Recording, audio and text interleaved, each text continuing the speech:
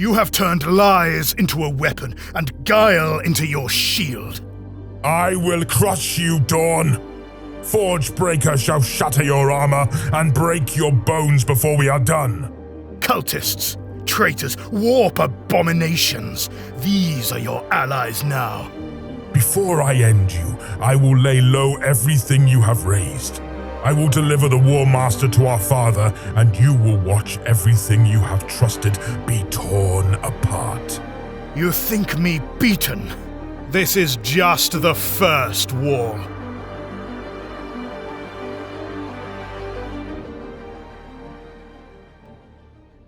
Leaving the spaceport intact so close to the wall is an error, Forex said. If we can seize the port swiftly enough, there will not be time to reinforce the defenses, separating it from the main wall. Perturabo's eyes roved across the trident, not really seeing them. I see you, Rogel. I will turn the trap against you. The Primarch's gaze finally settled on his subordinates, and a grim smile twisted his face. I will not be lured into the maw of the beast, but that does not mean I cannot ram my fist down its throat and rip out its innards. Falk stepped up quickly, fist banging in salute. I would be honored to lead the attack, said the warsmith. I am sure you would. Perturabo replied with a dismissive sneer. No, not you. Began Forex, but the Primarch cut him off. You think it wrong of me to appoint Kroger to command this attack? The question was a gaping chasm, opening in the front of Forex, but a lie could drag him into its depths as easily as the truth. Better be damned in courage rather than cowardice. He is inexperienced and lacking much strategic expertise, said Forex, keeping his criticisms focused on Kroger rather than his Primarch. A little flattery would not hurt either. Only you have the breadth of knowledge and depth of concentration to unpick the lock set by Dawn. Though you were going to volunteer to command the Legion, were you not? Is that the role you see for yourself, Forex? My heir? Perturabo tilted his head, eyes narrowing. My successor. I am happy to rest in your long shadow, Lord of Iron. Indeed you are.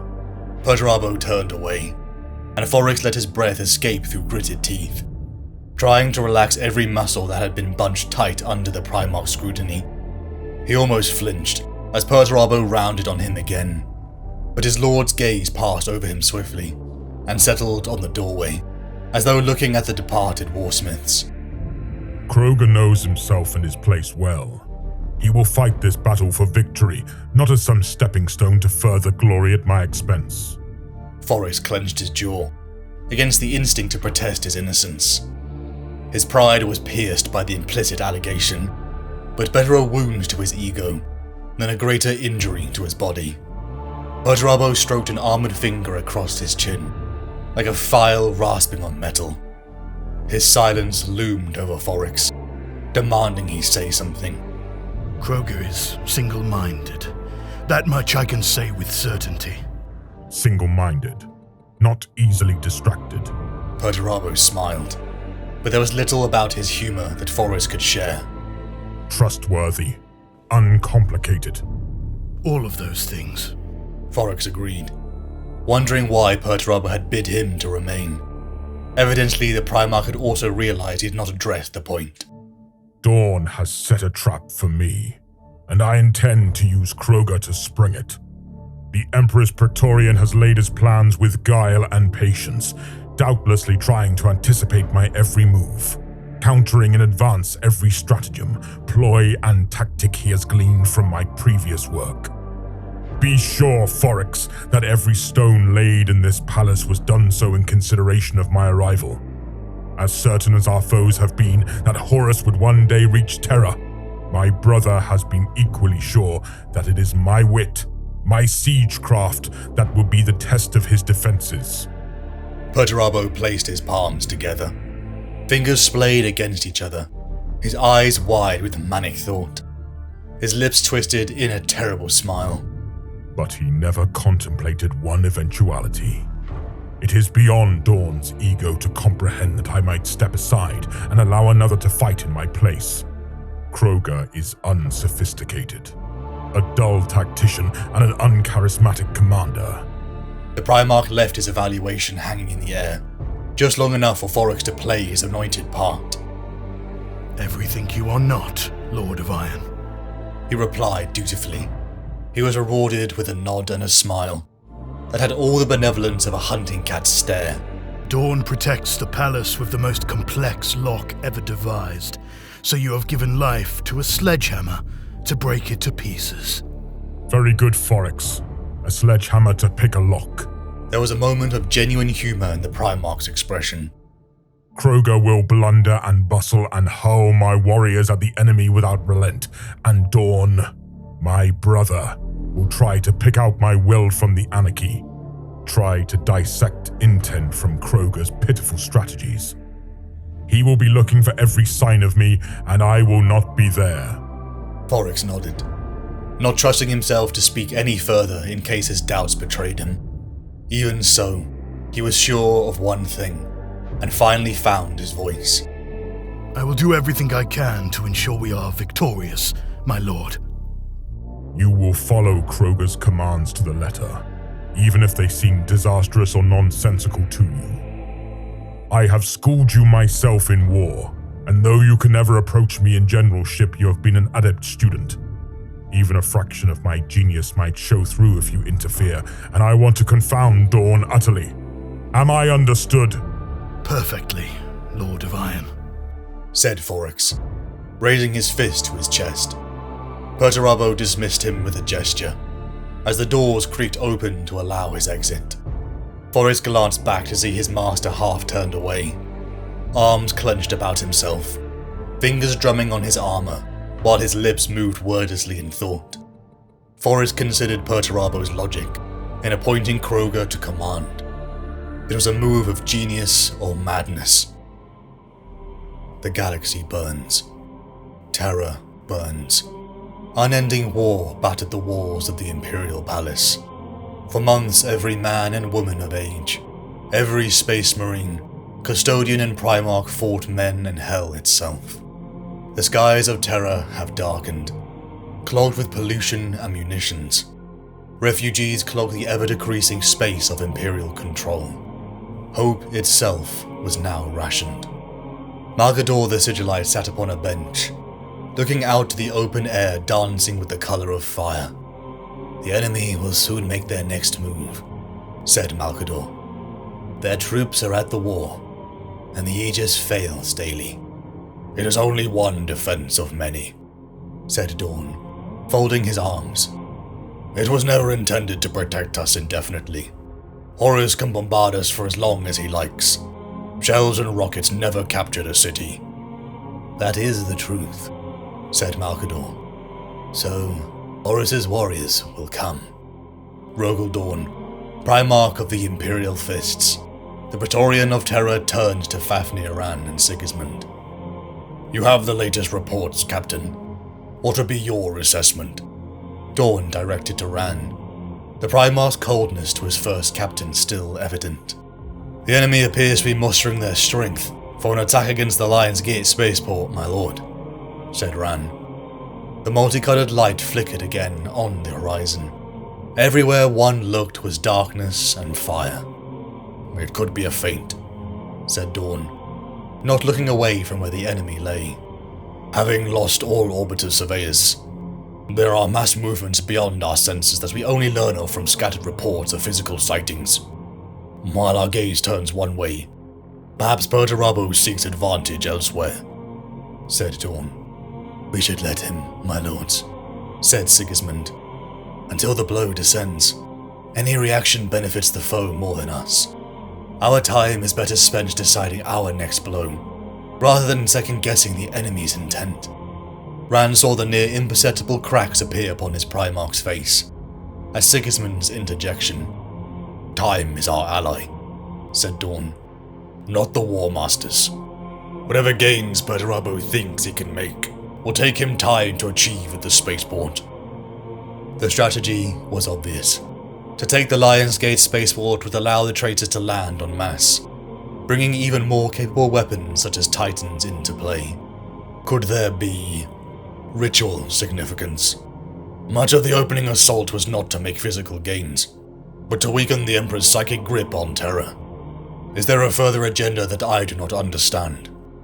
Malcador nodded uncomfortably. If Perturabo wishes to attack, continued Dawn, we shall allow it, and we shall stop it. To respond in any other way would risk weakening against the concerted effort elsewhere. To the surprise of Ran, the Primarch overstepped Sigismund, commanding Ran to lead the spaceport's defense. Ran saluted, giving a look to Sigismund before departing. Fafnir Ran looked out from the height of the spaceport.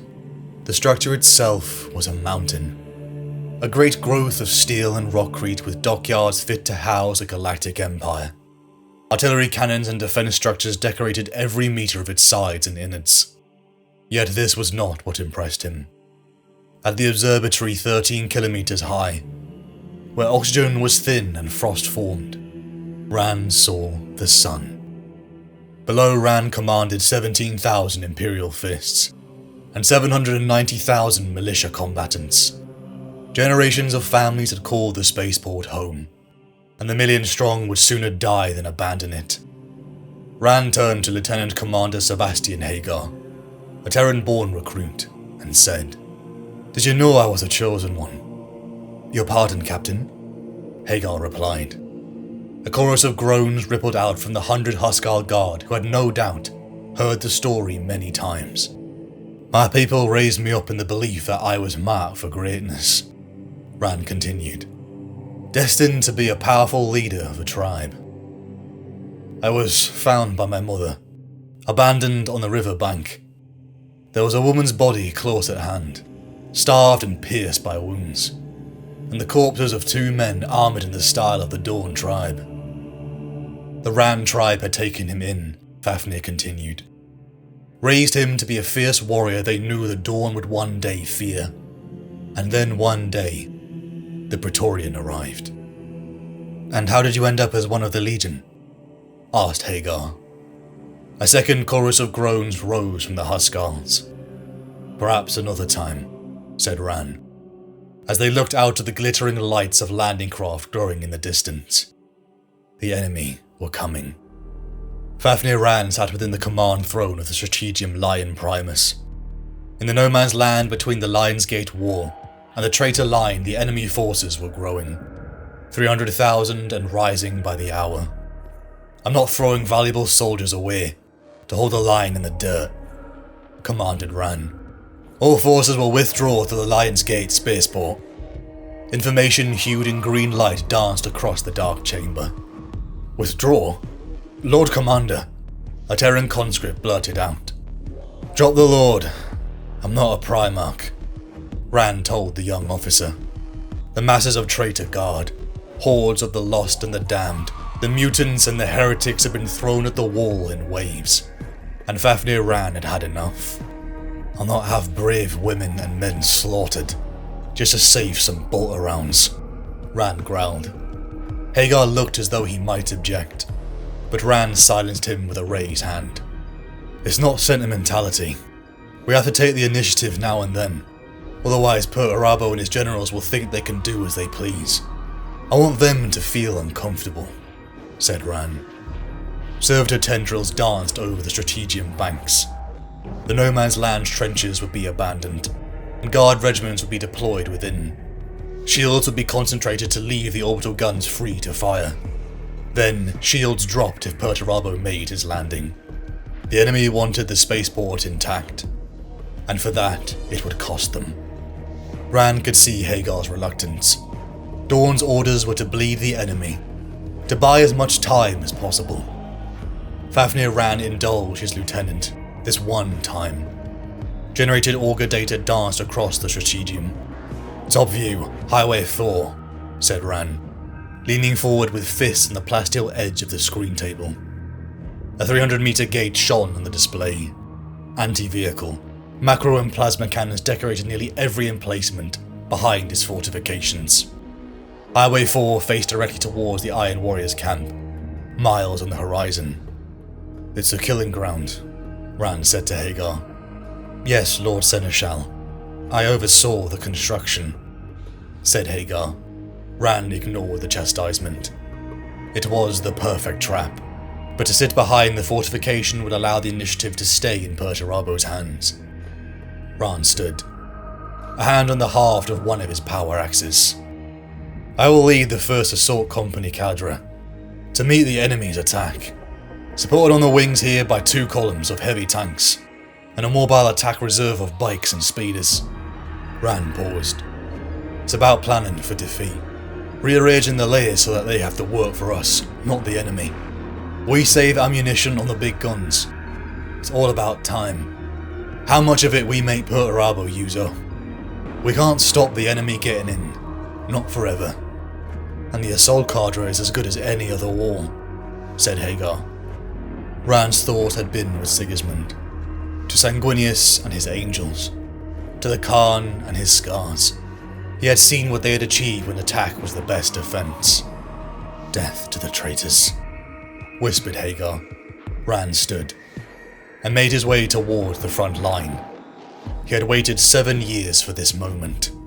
"Death to the traitors," growled Rand. "Every last one of them." "Remind you of anywhere?" Forex said to his companions. "Cadmean's Citadel." Kroger grunted the name of the place, where Perturabo had elevated him to the Trident on Hydra Caudatus. That too had been a spaceport the size of a hive city, yet dwarfed by the structure the Trident saw before them, each having to crane their necks to witness its height that pierced near to space. Cadmean Citadel's capture had allowed the Iron Warriors' infantry and vehicles purchase upon the planet, but the Lion's Gate would house the monstrosities of the Dark Mechanicum, and the Titans and the War Master's fleet above. "Do you think we've got enough guns?" asked Forex, turning from the orange haze and looking back to witness the armoured column that stretched out behind them. 25,000 legionaries. 2,308 Basilisk assault guns," said Kroger. 1,522 Manticore assault rocket carriers. 13 modified Sicarian bombards. 476 Death Strike platforms. On and on Kroger's voice went. "I left from here, you know," Forex said to his companions. Kroger grunted, annoyed at the interruption. Falk turned a helmeted head, cocked slightly to the right. "Really?" said the warsmith. "I knew you were from Terra. I had not realized you were native to the Himalasia." "I wasn't," Forex corrected him. "Before the 4th Legion were dispatched, we were granted honors by the Emperor, a parade to receive his salute. We went from there straight on to the First Crusade campaign. It was smaller then, of course. From great siege camps, the Death Guard, World Eaters and Emperor's children lay siege at various quarters, all inflicting their own terror upon the Imperial capital. But finally the Iron Warriors would gain the recognition they deserved. They would break the First War. Forrest could barely hide his disapproval of Kroger's plans. Before them, the mass of mutants and traitor guard was shambling forward in another wave of attack. Blood lubricant for the Legion later, but the lack of preliminary bombardment was a mistake in Forrex's eyes. No matter. If Perturabo desired this brutish simplicity, then let Krogar be the one to ultimately fail. Forrex's alliance with Falk had ended, and perhaps the next member of the Trident could be more amenable. Kroger's Rhino ploughed through the blood-slick mud, into the depths of the World Eaters' camp, in great piles of corpses, slaves beheaded in thumping rhythms, collecting skulls in great mounds as ghoulish mutants gorged upon the remaining meat. They would not go hungry.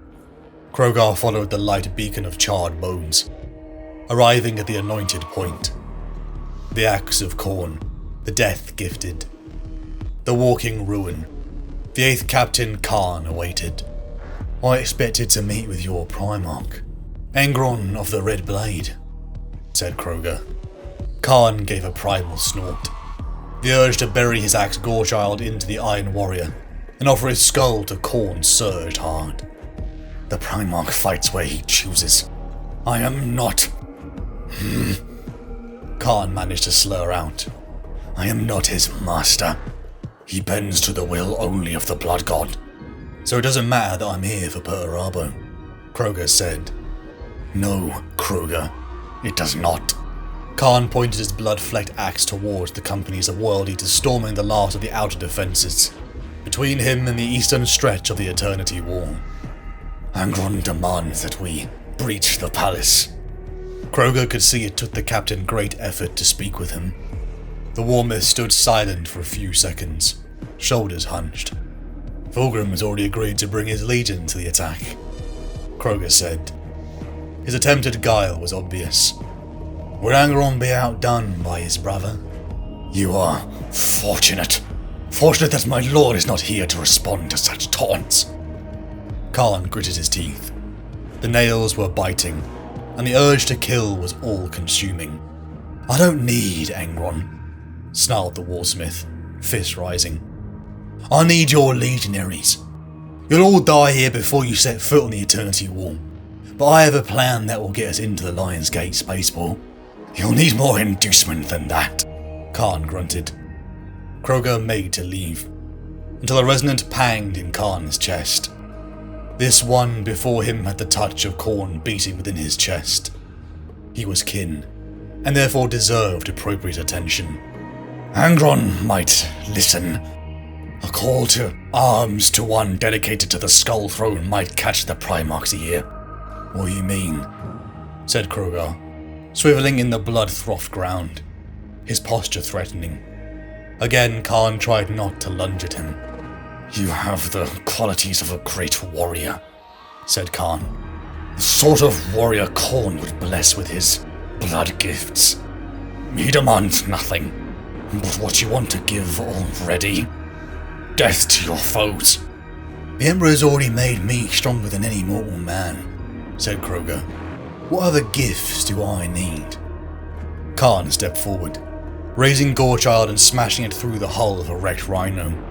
Nothing stands before the chosen of the Blood God and lives, Khan snarled, turning to Kroger. No blade will pierce my skin. No bolt can scar my flesh. Swear yourself to Khorne, and you'll become his bloodied killer. All I need to do is kill in his name, Kroger laughed, long and deep. No oaths, no rituals, no sacrifices. As long as the blood flows, snarled Khan. Kroger turns towards the spaceport, his own hackles rising in thought at the relish of combat. Then let Lord Angron know that a brother in blood calls on him to carry his holy slaughter to the Lion's Gate spaceport, and we shall please the Blood God together, said Kroger. Munitions like meteors, and lances of hot plasma slammed into the Aegis shield of the palace. They danced upon its rippling surface like supernovas of light. From the artillery on the ground to the fleet in orbit, Forex watched the largest explosions he had ever seen. The Aegis shields illuminated from blue to deep purple, and then in parts altogether fail. Within the middle layers of the enormous ziggurat that was the spaceport, gun emplacements detonated. Thousands of bodies were sent flying into the sky, along with tons of debris. From various corners around the Imperial Palace, flares shot up into the sky. The Death Guard and Emperor's children had begun their engagements. Forex found himself viewing the continuing attack from the roof of a burnt-out way station, about 7 kilometers from the Lion's Gate spaceport. His mind could not help but drift to the Netherborn and the corrupted legions he had once called brother. He was not ignorant to the powers that the Warmaster Horus had pledged to, but he thought to the Death Guard, World Eaters and Emperor's children, and feared that the 4th Legion would one day succumb to such degradation. He turned to his companion, veteran Sultan Volbrun, who was known as the Stonewort.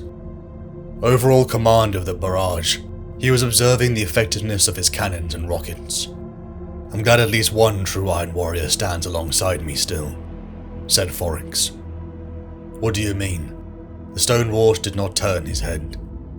I'd have you in the trident, you know. You have a talent for destruction, said Foryx. I am content with my allotted role, Sultan Volbrun replied. The trident is not missing a member. It would not be an outrageous stretch of fortune if all three of us survive this battle, you know that, continued Foryx. I would rather have someone steadier at my shoulder. However, the loss of one or both of my fellow Triarchs would cause me no grief. Finally Bronn turned, but still not meeting Foryx's gaze. To speak against them is to speak against the Primarch, said Bronn casually. Favor is fleeting.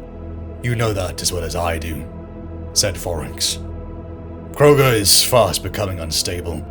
I saw him with the World Eaters, and even in a span of hours he's become more irrational, as though tainted by their bloodlust. And Falk, his loyalty is questionable. Foryx leaned in and whispered, This malaise, this power that grips our once proud cousins and strips away all honor and humanity. It comes from the War Master himself and hungers for us all. We've already turned traitor on the Emperor, said Bronn. Would you ever turn once more on the War Master, or even against our own Janefather? No, Foryx almost yelped. The thought of such talk reaching Lord Perturabo brought a shiver of fear down his spine. The Lord of Iron's temper was as well known as was his lack of forgiveness. All I'm saying is that these powers desire us, Foryx whispered, and ignoring them will not rid us of their threat. When we are done with the Emperor's lackeys, there will be a reckoning within the Legion. I wish for no part of your conspiracy, Foryx. I heard nothing, said the stonewort, and turned away. Though Foryx could tell the seed of doubt was placed. Foryx knew there were others like him. Those who desired the victory to be on the Astartes record, without the meddling of demons.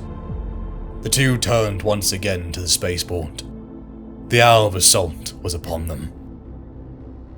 Fafnir Ran stood within the Fist Shield wall, the gates of Highway 4 behind them. Dreadnoughts and fire support squads were upon the walls, and traitor corpses were piled so high they had formed a bloody rampart, from which still more were scrambling over, the madness evident in their eyes. Smoke, fire, and the overwhelming stench of blood smothered everything. The sally forward had extended the kill box, reaping a toll in the thousands as wave after wave of mutants and heretics met their end. Commander, this is Verdas on the left flank. Rand's vox crackled. The message from one of the dreadnoughts assigned to the support of the fire assault cadre. Lines of fire are getting very narrow. The dead are blocking our sight beyond 30 meters. Suggest an advance to establish a new base of fire. The phrasing was so respectful, it made Ran smile, coming as it did from a Terran veteran of the chapter, who had served longer than he had. Understood, Verdas. I'll give you more room, Ran voxed. A mutant Ogryn covered in makeshift plate had almost reached the line. Every third warrior hinged his shield, allowing the Space Marine on their right to fire through the gap. 50 bolt rounds detonated upon the hulking target, shredding it into foul offal. As quick as it had happened, the fists were back in the shield wall. Such was the discipline of Dawn's sons. Huskarls, prepare for serration and advance. Echelon squadrons to give support fire. Ran took a deep breath, holding himself for just another 2 thunderous heartbeats. 3, 2, 1, serrate. The line advanced, ploughing through the motley horde of mortals, cleaving and gunning down all who gave resistance. Using their shields as bulldozer blades, the shield wall pushed a tide of corpses and mud, clearing the space along Highway 4. Ran felt a swell of pride at the discipline of the maneuver. It had been simple enough to sketch it out on the tactical display, but the precision of his lieutenants and sergeants was a thing of beauty to him. He wished Lord Dawn had been present to appreciate it. Ran looked to his flanks, witnessing the other columns of amber-powered armor stained in blood. as thousands holstered their rifles and drew chainswords. Push, step, hack. Push, step, hack. As they drove ever forward, and like moss to a flame, the Imperial Fist columns converged. The enemy horde began to falter, and then it broke. "Huskars, gate formation!" Ran voxed. "First assault, withdraw by squads. Armor to provide cover fire, then withdraw by squadron." The mountains of meat had been cleared from Highway 4. Hundreds of thousands of traitor mortals and others were dead. But on the horizon, the World Eaters were coming. From a hill soaked in old and new blood, with a scarlet horizon behind him, Khan watched the Iron Warriors barrage dance across and break through parts of the Aegis shield. Multicolored flares rose in the fair distance. The Emperor's children and Death Guard had begun. That's the signal," barked Khan, slamming his fist onto the roof of the Land Raider. 500 transports of Spartans, rhinos and Land Raiders roared into life.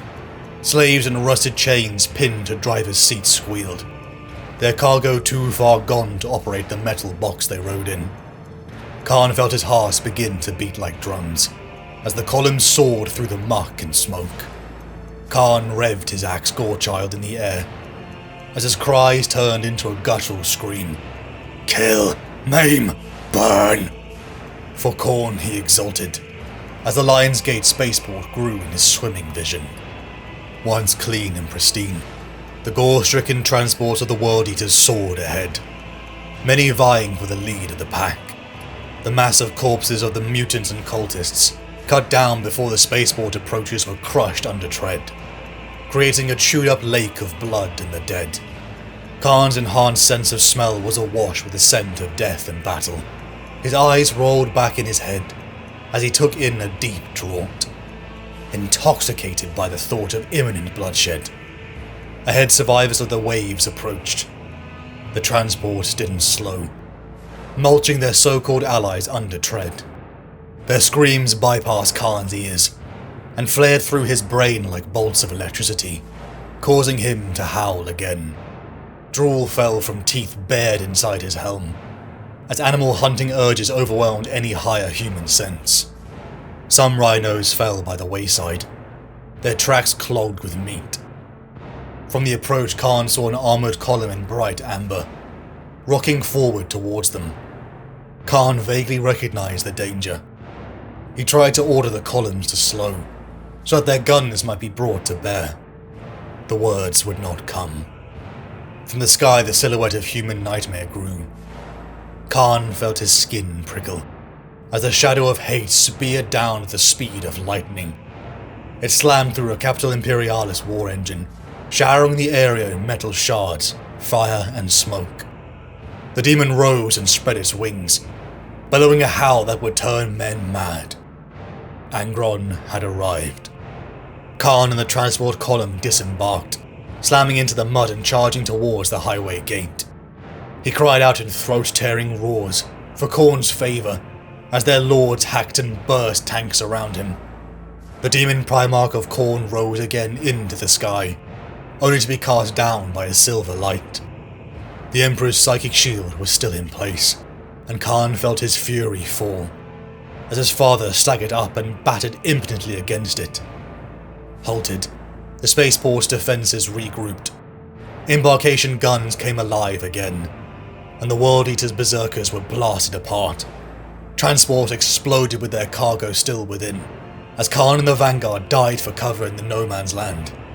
Clarity burned through Khan's battle rage. Angron limped off to find other prey to satiate his thirst. Fighting with every fibre of his being, Khan ordered the retreat. To die here without pleasing Khorne was the ultimate failure. The nails bit deeply, as the World Eaters pulled back from the Lion's Gate spaceport. The vengeful spirit disgusted Abaddon now. It stunk of the warp, and its structure had forever been corrupted by it. The sight of Horus had once brought a beating pride when Abaddon had looked upon him. Now it was disappointment. Again, Horus had been slumped over in his throne, supposedly battling the Emperor within the warp. The World Eaters and Emperor's Children assaults have been pushed back, their demon Primarchs repelled by the Emperor's wards. Perturabo was nowhere to be seen. Once again, Abaddon's frustration at these supposed demigods grew, and even now, the Mournival was broken, leaving Abaddon uncomfortably within the company of Zardu Leak and his blade slaves. Horus began to rouse, and Abaddon couldn't help but think of how weak his father looked. "The war progresses too slowly, Ezekiel," the War Master pronounced. "I did not think Perturabo would fail you," said Abaddon. "If he cannot devise a means to enter the palace, I do not think his brothers will do so. Perhaps it is time that the greatest of our leaders takes his rightful place at the forefront of the battle." "You think I shirk my duties as a general?" Horus seemed amused by the idea. "Your vision has brought us to the door of the Emperor's throne," said Abaddon. "But at the moment of your victory, you stand aside and let others break it down." "It cannot be done," said Horus. "The powers that work through me gather yet more strength. When I strike, I must eliminate my father entirely, body and soul, physically and psychically. Not a shred of him can survive. Perturabo is the sanest of my brothers.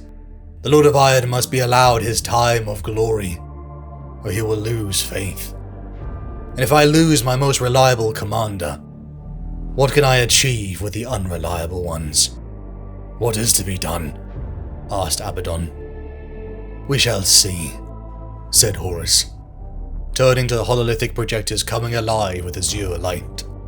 A bloodied Angron, a bemused serpent Fulgrim, a noxious Mortarion and an unchanged Perturabo appeared before their Warmaster. "The spaceport should be invested by now," Perturabo spat.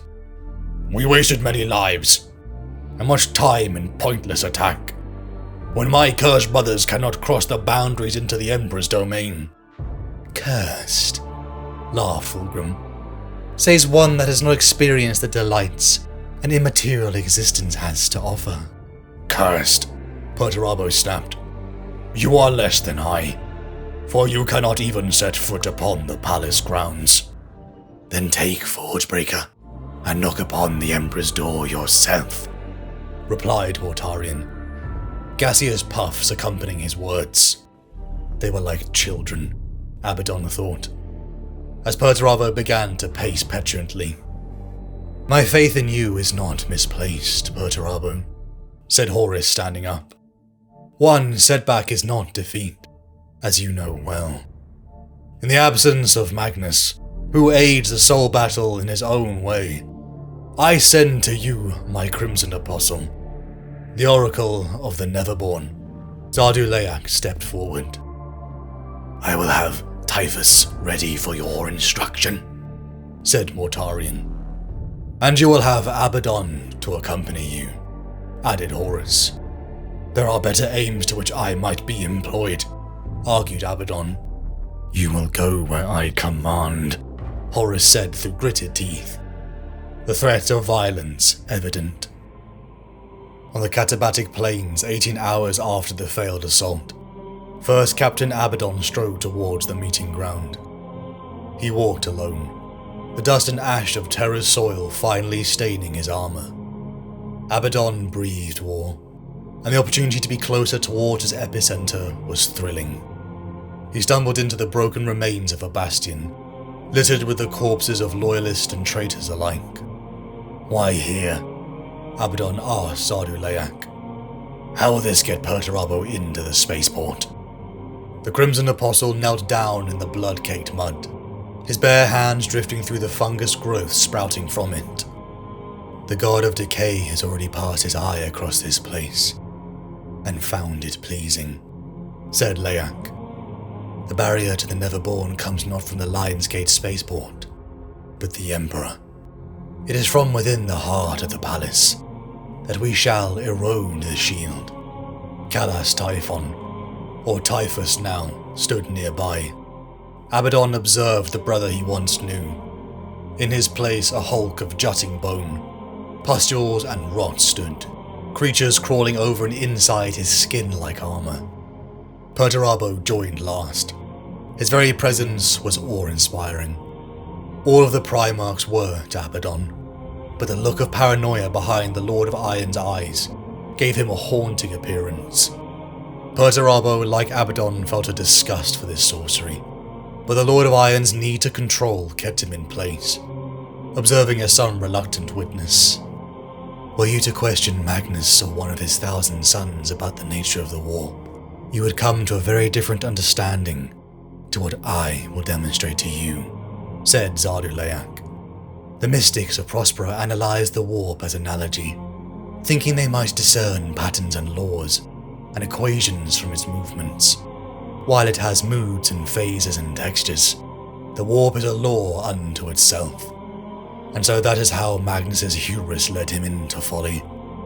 You must abandon any sense that there is science to be learnt, and instead focus on the concept of ritual and faith. It is the belief that shapes all things, and the dedication in heart to the powers. Words, symbols, and actions are still physical properties of the ritual, to help shape the faith that stems from within. I have studied these mysteries for years, to smooth the passage, but it is my faith that creates the bond between me and the gods. For their boons, you must give yourself over to them. Perturabo and Abaddon stiffened, clearly thinking of Fulgrim, Mortarion, and Angron. That is but one way, said Leak. The other is worship. Worship the gods, Perturabo said neutrally. Abaddon could see the Lord of Iron struggle with it. Zarduleak pierced his hands into a decaying corpse, pulling its intestines free, blood and mucus dripping over his hand. We come upon this world at an auspicious time, when the warp waxes strong and the physical power of the Emperor wanes. The same thinning of the veil between the realms that allowed our ships to penetrate the star systems also brings close the breath of the gods. You speak in metaphor, clouding the truth with esoteric nonsense, said Perturabo. Do not hide your knowledge with these riddles. Speak in plain terms. The physical and immaterial, Leak continued. The telethetic ward is generated by the Emperor himself. He is the physical. The only way to remove the barriers to pile upon such pressure of the immaterial that its creator cannot sustain it. And as you know, Master of Sieges, the greatest way to seize a wall is from the inside as well as out. We need to be inside the ward, Perturabo snarled. But it is to gain entry to the port that we need to bring down the barrier. Do you remember Samus? Asked Leak. The demon that almost destroyed the Phalanx, said Perturabo. We were able to insert Samus into such a vulnerable position by implanting a connection into the form of Mercedes Hollerton, continued Leak, who was already bound to the entity by shared experience. In order to breach the barriers of the nature we face here, to create a gateway across the telethetic ward, one can use a physical vessel to mask the Neverborn's presence, or anchor it. No pure demon can set foot upon Terra yet, but our demon Primarch allies can do so because of their once physical nature. Abaddon saw Typhus step forward. Why am I here? Typhus said. His voice was a mucus wheeze that filled Abaddon with revulsion. You have become the host of the Destroyer Hive, and that gives you considerable power, said Leak. Your voice echoes far in the warp, and there is one you must help me call. What will you summon? Asked Typhus. Korvax's utter blight, said Leak neutrally. I thought you said no demon can be summoned upon the surface of Terra, asked Abaddon. And we stand outside the ward, added Perturabo. What use is a creature barred entry as much as my disordered brothers? No demon can manifest, Leak said sharply, but the utter blight does not need to take form to begin his work. Life within death, the breath on your lips. It is the spirit of hope, seated in the hearts of all humans. The knot of ropey intestine within Leak's hand began to pulse and squirm. Typhus walked forward, placing a rusted hand oozing pus upon the writhing mass. A noise that may have been a chuckle or a swoon, Abaddon did not know, emanated from Nurgle's herald. "A tendril from the worms that burrowed through Nurgle's garden itself," said Typhus. Leak paced around the group, plucking rotten hearts from corpses. The apostle raised them in supplication and began to chant. Abaddon felt the build-up of power. He felt his body slow, his heart drum beats calming and calming. He felt the Lord of Iron's intense stare, and his own vision began to darken, the oxygen failing to reach his brain. The 6 glaring eyes of Leak's mask bored into Abaddon, as the apostle dropped the organ offering into the first captain's hand. Abaddon's heartbeats returned, pounding now. From the bloated form of Typhus, the destroyer hive manifested. A rotten serpent that slithered forward to devour the rotting heart in Abaddon's hands. The exultant chanting of Leak never ceased, as the warp creature swallowed the hearts delicately. Then it began to convulse. It swallowed its own tail, choking on it as it swelled in size. Abaddon couldn't help but be captivated. Finally, the creature began to burrow. "Beautiful," whispered Typhus. Leak staggered, then rose warily. "It is done," croaked Leak. He turned 3 pairs of eyes upon Perturabo. "The utter blight will begin its burrowing into the souls of the defenders. Now it is time for you to launch your attack." Perturabo and Typhus departed, but Abaddon once again approached Leak. "What did you do to me, sorcerer?" he growled, holding back the urge to seize Leak and pound the answer from him. "I gave you a taste of what will come.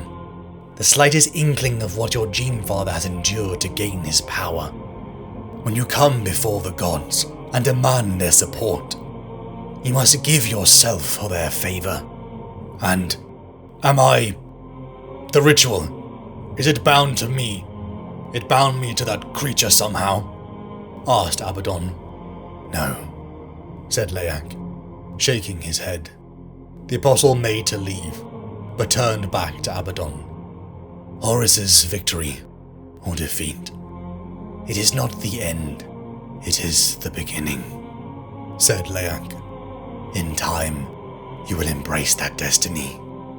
Abaddon watched Leak go, joined again by his blade slaves. Abaddon's mind thought to Horus, to the brother legion so transformed. Leak sensed his revulsion at all things tainted by chaos, and yet he seemed certain he would one day embrace it. From everything till now he knew, he had rejected his carrion call, but shuddered to think what would happen that would drive him to surrender to it. Poxville, they called it. The Palatine Ark had once been a structure of marvel, soaring towers that housed the elite of Terran society. Now virulent disease, rot and starvation called it home. Refugees had been shipped in the previous months, in their thousands now, but none could leave, thanks to the Death Guard's constant bombardment. Katsuhiro had almost laughed, when upon the Administratum walls they saw the crude wooden siege engines. It was like ancient history that had no place upon the modern battlefield. Then came the payloads. The rotten infected corpses. Skulls filled with noxious slime and sealed with wax. Pots of biting flies. Katsuhiro felt like walking dead. He had survived the Helios Gate. He had seen the glorious Sanguinius, the mighty Khan. He had seen the horror of the Plague Marine and Berserker. Nightmares of what he had seen and done visited him nearly every night. There had been growing talk of the Emperor as a divine being, and Katsuhiro wondered what he had done to anger such a god. In the near-permanent night, in the constant gloom and stink of smoke and blood, the infected shambled, their silhouettes haunting Poxville in the day and night. Shooting them didn't stir Katsuhiro's heart anymore. Death was an escape from this hell. Kathiro's mind drifted to Doromek. He saw the hush-fingered spy disappear into the crowd around the Helios Gate. But Katahiro knew to ask questions was to invite his own death. And to find a man amongst billions was near impossible. But without this self-assigned quest, Katahiro had nothing else to live for. Katahiro woke from a nightmare, visions of his flesh melting, pooling into soup in which fungus grew. Within the bunk hall, with the smell of farts and ringing with the snore of dozens of cramped men and women, all shot upright. "Something's in the mess hall," said one voice. Katahiro and the others hurriedly put on their uniforms. Lasguns snatched to hands as they pounded down the dust-filled corridors. 5 men deep, Katahiro poured into the open hall, the only light from dull orange lumens set into the walls. Barely enough to see the vague shapes of the furniture. "First and third squad with me. Second and fourth that way.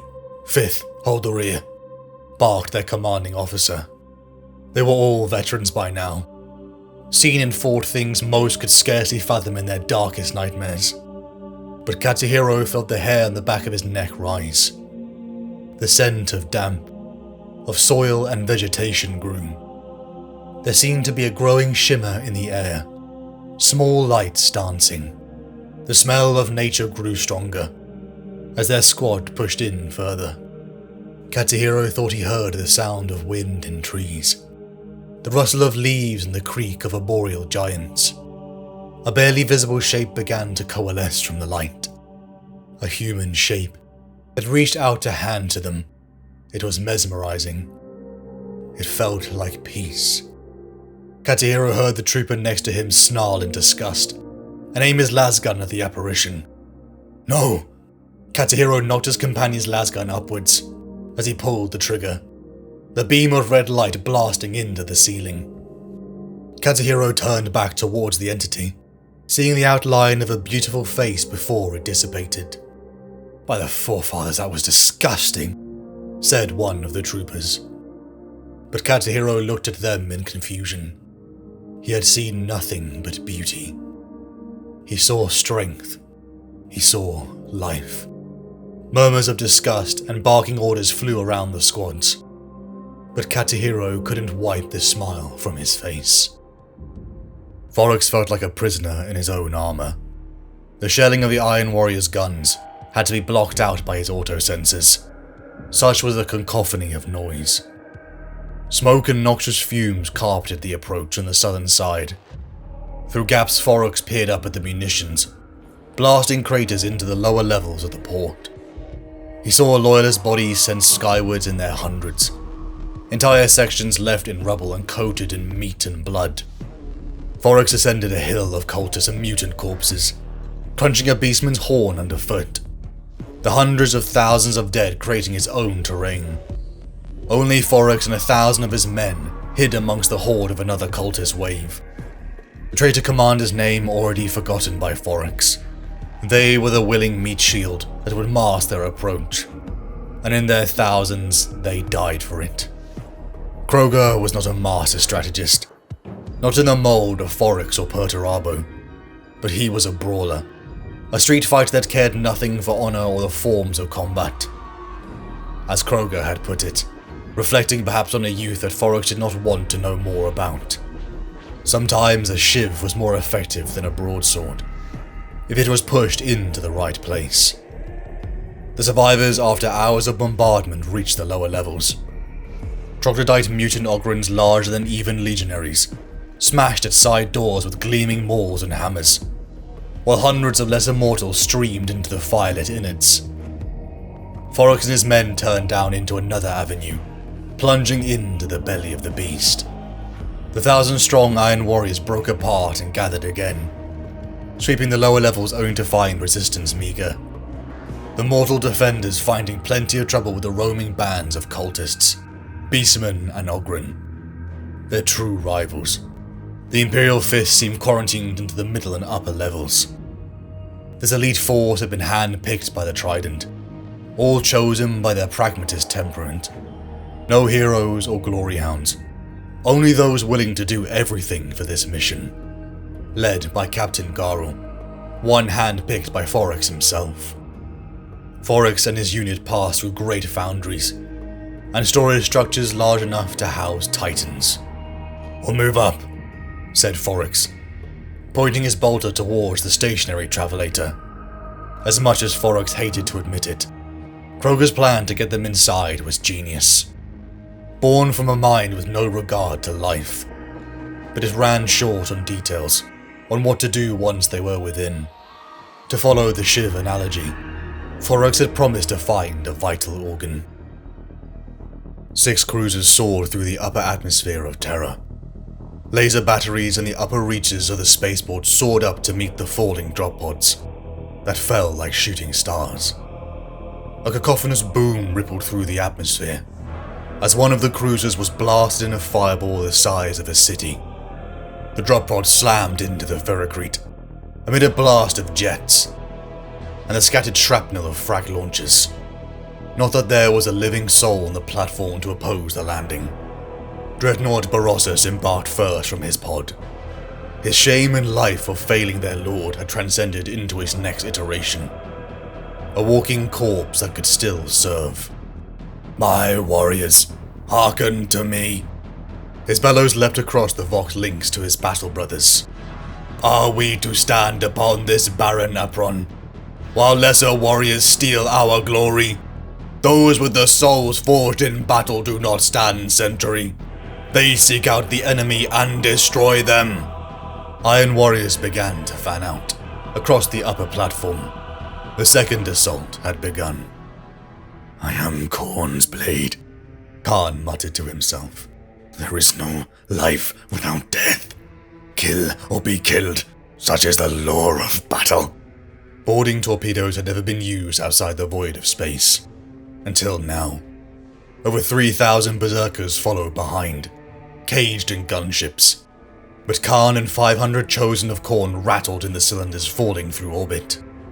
"My knife will feast on the entrails of Sigismund," growled one of the berserkers. "If the Blade of Dawn is there, he is mine," snarled Khan. His fingers flexed around the haft of Gorechild. "I'll kill any that challenge my claim." Again, their thoughts turned to blood and skulls. Little thought given to the insanity of their plan. 10 seconds, Khan growled. Khan shook violently in his seat. Some would die before they even landed. Lights flickered from amber to red, melter shots fired as the torpedo drill activated. Finally, they stopped. The restraints exploded upwards, and Khan was out of his seat, plasma pistol in one hand and Gorechild in the other. Khan felt the nails bite as he sprawled out into a gunnery tower. Petrified guards attempted to raise their lasguns as Gorechild flickered out. More impact sounded as the rest of the World Eaters unloaded onto the spaceport's upper levels. Aemon Taramakian stood within the mess hall of the Administratum building, situated near what the locals had dubbed Poxville. Without his custodian armor, he brushed bare fingers across las burns on the wall, where the trooper had missed the reported apparition. He closed his eyes, allowing his other senses to grasp the wrongness that had visited this place. Why here, of all places? He asked himself. Aemon began to pace the quarters, utilizing senses that went far beyond the mortal man. He realized there was a blind spot. There was a void of about 4 meters square next to the kitchens, right behind the wall where a banner hung over. He moved the banner carefully, tracing his fingers along the sides of what appeared to be a false door. It clicked and swiveled in its center. "Signal Regent Malkador," he boxed. "Tell him that I need him to come to the quarantine barracks immediately." "Delectitio Divinitatis," said Aemon. Malkador the Sigillite peered around the chamber. It was a humble assortment. A pair of plain brass cups, cheap wine, and a copy of that book. The original had been penned by one that stood against them, traitor and Primarch Lorgar Aurelian. Throughout the Great Crusade it had spread in the shadows. Even here on the throne world, where the War Master sought the end and the death of the Master of Mankind. We have known the cult of the Emperor has been active in the Imperial Army for some time. This is not a revelation, said Amon. The Laetitio Divinitatis is even more widespread in the civilian population. Efforts to curb its influence were suspended when the siege began. Yes, resources better spent elsewhere. I recall being at the Senate when such decisions were made, said Malcador. The shrine was concerning, but what troubled Amon and Malcador was a trace of ice upon the walls, a residual effect of psychic power, something that should have been impossible within the Emperor's wards. This worship of the Emperor is forbidden, said Amon in disgust. Monarchia was destroyed, and a whole legion of Space Marines chastised for misplaced piety. The Emperor has made his thoughts on the matter very clear. I was at Monarchia too. I need no reminder of what the Emperor thinks about divinity, snapped Malcador. And yet we cannot fight our own people at the same time as we combat Horus. Practicality necessitates some leeway. Leeway is just a euphemism for a weakness that can be exploited, said Amon. Our war cares little for absolutes, Malcador replied. The proximity to Poxville may be linked, Malcador pondered. Lord Dawn and Constantine Valdor had larger problems to attend to than this. Thus the Sigillite placed the burden of finding the truth and investigating this cult in Amon's hands. The cult is secretive. It will take a long time to make progress into its workings, said Amon. There I may be of further assistance to you, Amon, said Malcador. Someone with an inside knowledge of such things. The Lion's Primus Strategium was alive with alarms. Hololithic screens displayed attacks penetrating from multiple levels across the spaceport. Shut off that noise and those lights, Rand snapped, sitting back within his command throne, the blood barely dry and cleaned from his plate. It was clear the Strategium itself was under attack. Rand saw the tech priest tendrils like hands dancing desperately across the dials and buttons. There has been another noosphere intrusion, Commander Rand. That's not an answer. Rand waved his hand at the data still accumulating on the display. Is it real or not? There have been confirmed enemy landings on the Mesophex platforms. There have been confirmed enemy contacts in the Stratospherics core. There are ongoing engagements in the Trospherex skin and mantle zones, Commander Rand. But many of these signals are false. Errors? Rand barked. Control of another weapon. Information was firmly in the enemy's hands. The Iron Warriors and World Eaters had undoubtedly engaged in the upper levels, above the main highways, but locations and numbers were lost to them. Rand knew his strengths, and the limitations of his authority, and both were being tested by the impending crisis. Comms. I need the urgent connection to Lord Dawn. Urgent. Yes, Commander. Prioritizing a command box for you. Rand strode into the adjoining chamber and sat down at the broad oval desk within, punching the Vox connecting buttons into a set rune pad upon its surface. The speaker built into the ceiling hissed into life. In hololithic green light, the Praetorian of Terra appeared. I am conducting siege operations against the Death Guard attack, and Lieutenant Taco is demanding an honor duel with your Vox officer. Explain quickly, said the Primarch. The defense of the Lionsgate spaceport is compromised, Lord Dawn, said Rand. The traitors have made ground through the base, established a presence in the Sky City, and in the last hour conducted mass landings on the docking spires. Our response has been hampered by intervention through the noosphere. Give me an assessment of the threat. Can you recover the situation? Asked Dawn. Rand knew he couldn't. His assault upon Highway 4 had brought them time, but ultimately the best they could do was hold, given the enemy's renewed and unrelenting assault. The actions of what they believed to be the work of Perturabo had been more brutally direct than anticipated. Rand had made the arguments before, to destroy the highways and landing ports within the Lion's Gate, but Dawn had refused. If Gilliman's armada was to arrive, They in turn would need those very access ports to flank the War Master's forces. But perhaps the time had passed where they could count on Gilliman to relieve them.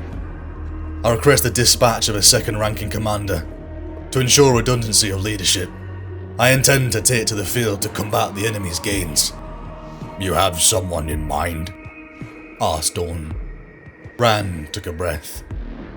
First Captain Sigismund's presence would be invaluable. The silence felt like an eternity. I can spare 3,000 more legionaries, Dawn said finally. It will take some time to assemble them from across the palace, so that we are not weakened elsewhere. You will have to make do with that. This was what Abaddon lived for. The sensation of battle where one's mettle was tested against the other. His powered claw rammed through an Imperial fist, punching through his back and spraying ichor onto the surrounding Justarian. Leyak and his blade slaves too cut down 7th Legionaries, as the Sons of Horus secured their foothold. The Iron Warriors, World Eaters and Sons of Horus assault forces had begun their push, from the upper decks to converge on the central command structures and highways. Follow orders, kill the enemy, protect your brothers. It felt like a welcome breath of fresh air, from the stink of chaos that infected the War Master's court. But what stung was that the order had been given to Zardu Leyak by Horus, circumventing the first captain. But Ezekiel Abaddon, first captain of the Sons of Horus, the right hand of the War Master, and victor of countless campaigns had not come to Terra, to watch others overthrow the Emperor. He would sooner die in battle than see a word-bearer sorcerer lead the first of his battle brothers into the Imperial Palace. Black clouds arced from Leyak's stave, blinding the last handful of 7th Legionary survivors holding the gate. The Apostles' blade slaves swelled with creatures within their skin leapt forward, and eviscerated the last of them. Secure one of the orbital auger channels, Abaddon told one of his Terminator armored legionaries, fanning out into the next chamber. Over here, First Captain, one of his Justarian replied, indicating a nearby console. Leyak strode over, his stave leaving heavy trails of sparks where it struck the bloodied floor. Yes, this is perfect, crowed the word-bearer sorcerer. I will guide the Obliterator's essence into the auguries to mask our arrival. And what of the barrier of the Emperor? Demanded Abaddon. I have seen little enough from you to prise open the shield that guards against the Neverborn. That work is ongoing. All elements must come together, Ezekiel, said Leyak. We are on the brink of taking the port, regardless of your efforts. Abaddon bit back. The gods will decide when the spaceport falls, and we shall claim it not a moment earlier, said Leyak, focusing on his work. Leyak began to inscribe runes that resonated with a foul glow. These are forces you will learn to balance when you come to accept your destiny, said Leyak, rising. If it is my destiny, then it will happen whether I accept it or not, Abaddon growled. You seem keen to persuade me that I must make a choice, whilst telling me that I have none. For the first time, Abaddon seemed to have angered Leyak. Without the gods, the War Master's star would have ascended and fallen, and even the shadow of his memory would have eclipsed anything you had achieved. For once, Abaddon felt like he had no reply. Abaddon, Leyak, and their 3,000 Justarian Terminators made to push on. Kroger's own force had landed, and pressed forward quickly towards the inner sky bridges. They would need reinforcements for their overextension. Sanctum Imperialis, Central Zone. Custodian Ammon entered into the sanctuary filled with refugees.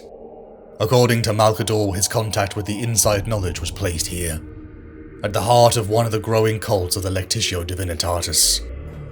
The noise of bombardment, the smell of smoke and munitions never ceased, especially now the traitors had assaulted the Lionsgate spaceport. His Voxponder had come alive with a voice. I have agreed to help you navigate the labyrinth of the Lectitio Divinitatis. Conditional upon my aid was Malkador's promise that nobody within the cult will be prosecuted unless found guilty of some greater crime. You are here to uncover the source and scale of the demonic intrusion, not to wage war upon the Lectitio Divinitatis. I do not take orders from political agitators, nor does Malcador's oath bind me, Aemon had responded. He made his way to the 4th floor, through the throng of the desperate. It was a misconception that custodians were immune to human emotion, for the sight of millions of sick, wounded, starving and disheveled citizens of Terra stirred Aemon's heart. But simply all things orbited his one central purpose: protecting the Emperor. Finally, Aemon caught sight of his contact, and recognized her instantly. A woman of middling years was standing there, looking directly at him. She was blonde, pale-skinned, dressed in a long skirt of light blue and darker blue blouse. It was she who brought news of the War Master's betrayal nearly a decade ago. She who many called Saint, Euphrates Keeler. They had surrendered the greater part of the palace to the humans, overseen by Malcador, though not wholly mortal in body, certainly in mindset. It amazed Aemon even now to think of the sprawling other world, a few kilometers beneath his feet, past the walls and gates and bastions of the Imperial dungeon. It also gave him pause to recall the limitless horde of Neverborn that waited below, closed off from Terra by arcane machines and the will of the Emperor. The traitors did not need vile rituals to summon their unnatural allies. A legion of the warp tested the defenses constantly, a whole dimension yet a paper breath away. I see the float dome of a War Master's pride. 7 years ago, the Imperium was turned upon its axis by the selfishness of Horus. That moment has led directly to this, and every suffering felt here, every hurt upon the people of the Emperor that has followed, can be laid upon him. Keeler said nothing in reply. Rogel Dawn had come to turn the palace into a fortress. Immense walls, domineering towers and buttresses by the thousand, had strengthened the Sanctum Imperialis, and about it the great curtain fortifications of the Eternity Wall, and the Ultima Wall had been raised and widened. Each stretch a city-state in its own right. Administrators remained, but labourers in their millions joined them. The latter were eventually given guns and became soldiers, ordered to defend the ramparts their hands had built. Aemon had changed with it, yet all remained constant at his core. Through the blood games he had learned of the ever-shifting societies and ecosystems that existed both in the centre and the fringes of the Imperial Palace. Some things never changed, like the demagogues and black marketeers and gangsters. Only the means of trade, threat, and payment altered with the passing decades. And in the last months the palace had metamorphosed into something new again. His presence caused some reaction, a stirring among the listless crowd. But this close to the Sanctum Imperialis, the presence of a custodian was not even rare, even if it was not commonplace. A few desperate souls called out for petitions of aid, the more unhinged demanding audiences with the Emperor himself. Others approached with thanks for the custodian's vigilance, mistaking his presence for one of the irregular patrols throughout the growing encampments. It is no surprise the dispossessed have a ready ear for the sermons of the Lectitio Divinitatis, he said, to the self-professed Holy Lady of Terra. When one has no power, one will seek hope from any source. Indeed, said Keeler with furrowed brow. They passed across a square dominated by a wild bonfire. Among the flames, Aemon recognized the broken shapes of shelving administratum lecterns. The building on the far side was a counting house, the windows long since broken in, the contents looted. Makeshift lamps flickered inside. Have you considered the alternative?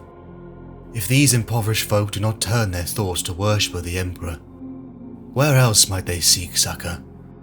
You do not understand the extent of the folly, Aemon told her. I have witnessed firsthand the darkness of the warp that can consume a soul. You forget that I saw the War Master fall prey to that same delusion. All the more reason that such knowledge should not be shared widely, Aemon told her.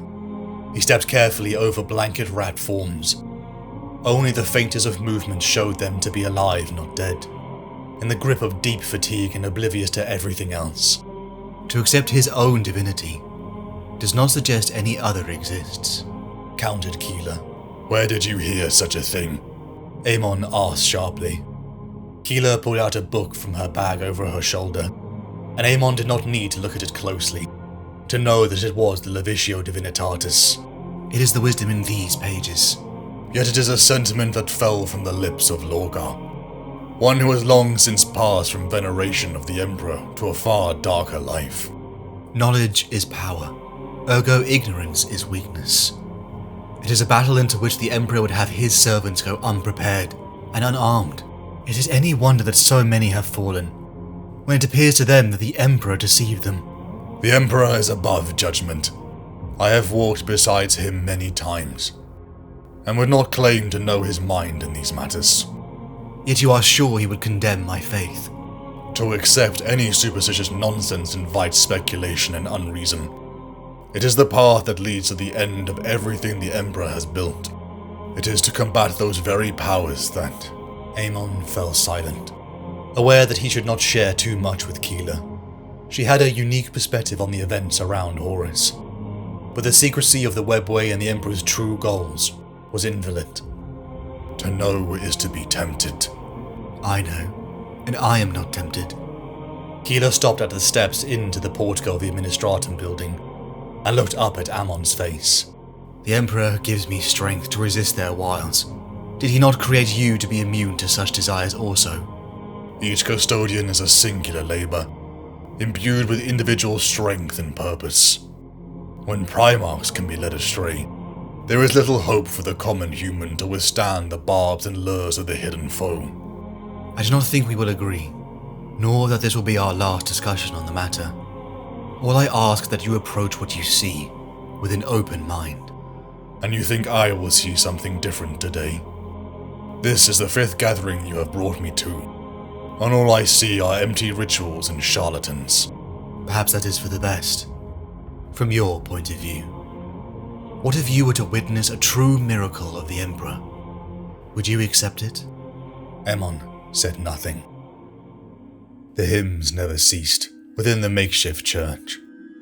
I am seeking those that may have witnessed strange phenomena, said the custodian.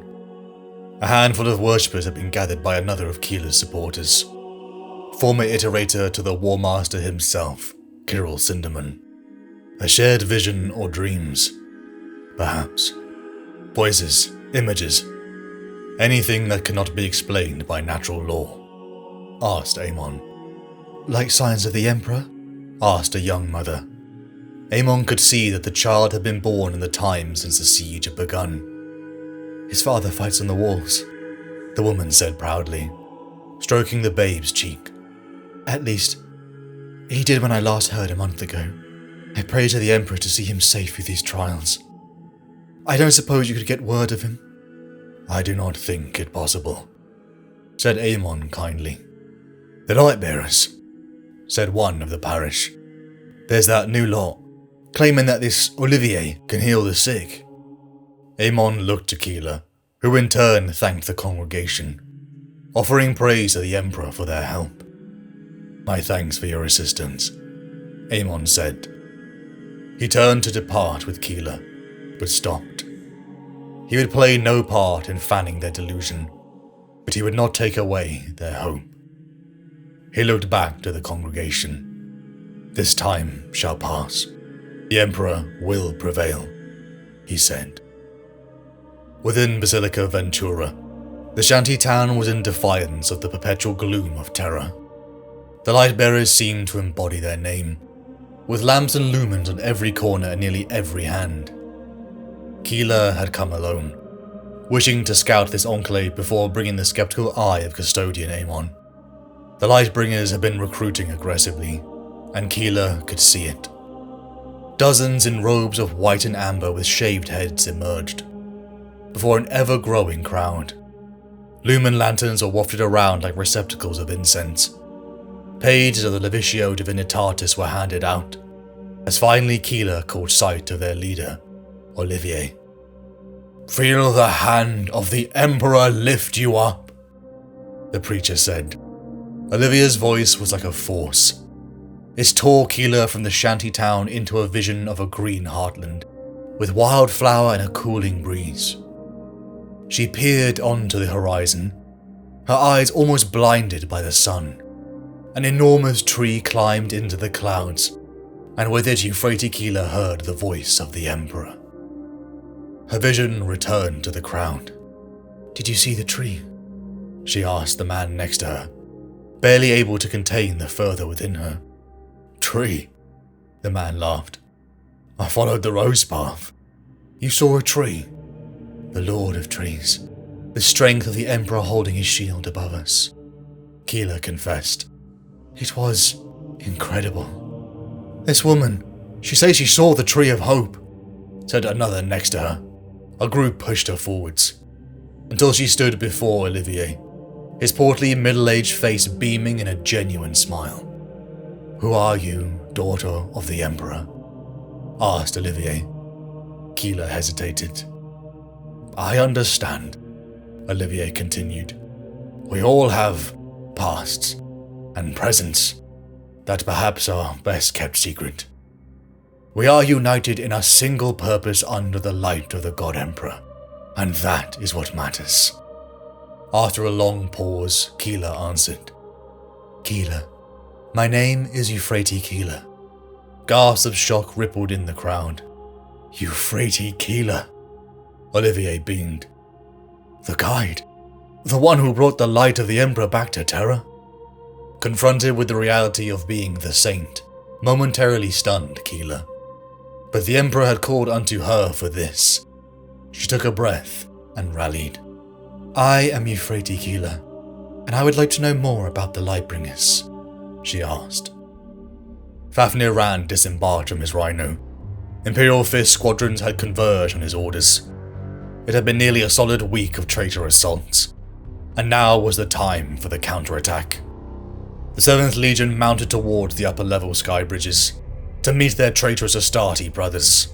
Meanwhile, guard regiments flowed down to the lower levels to deal with intrusions.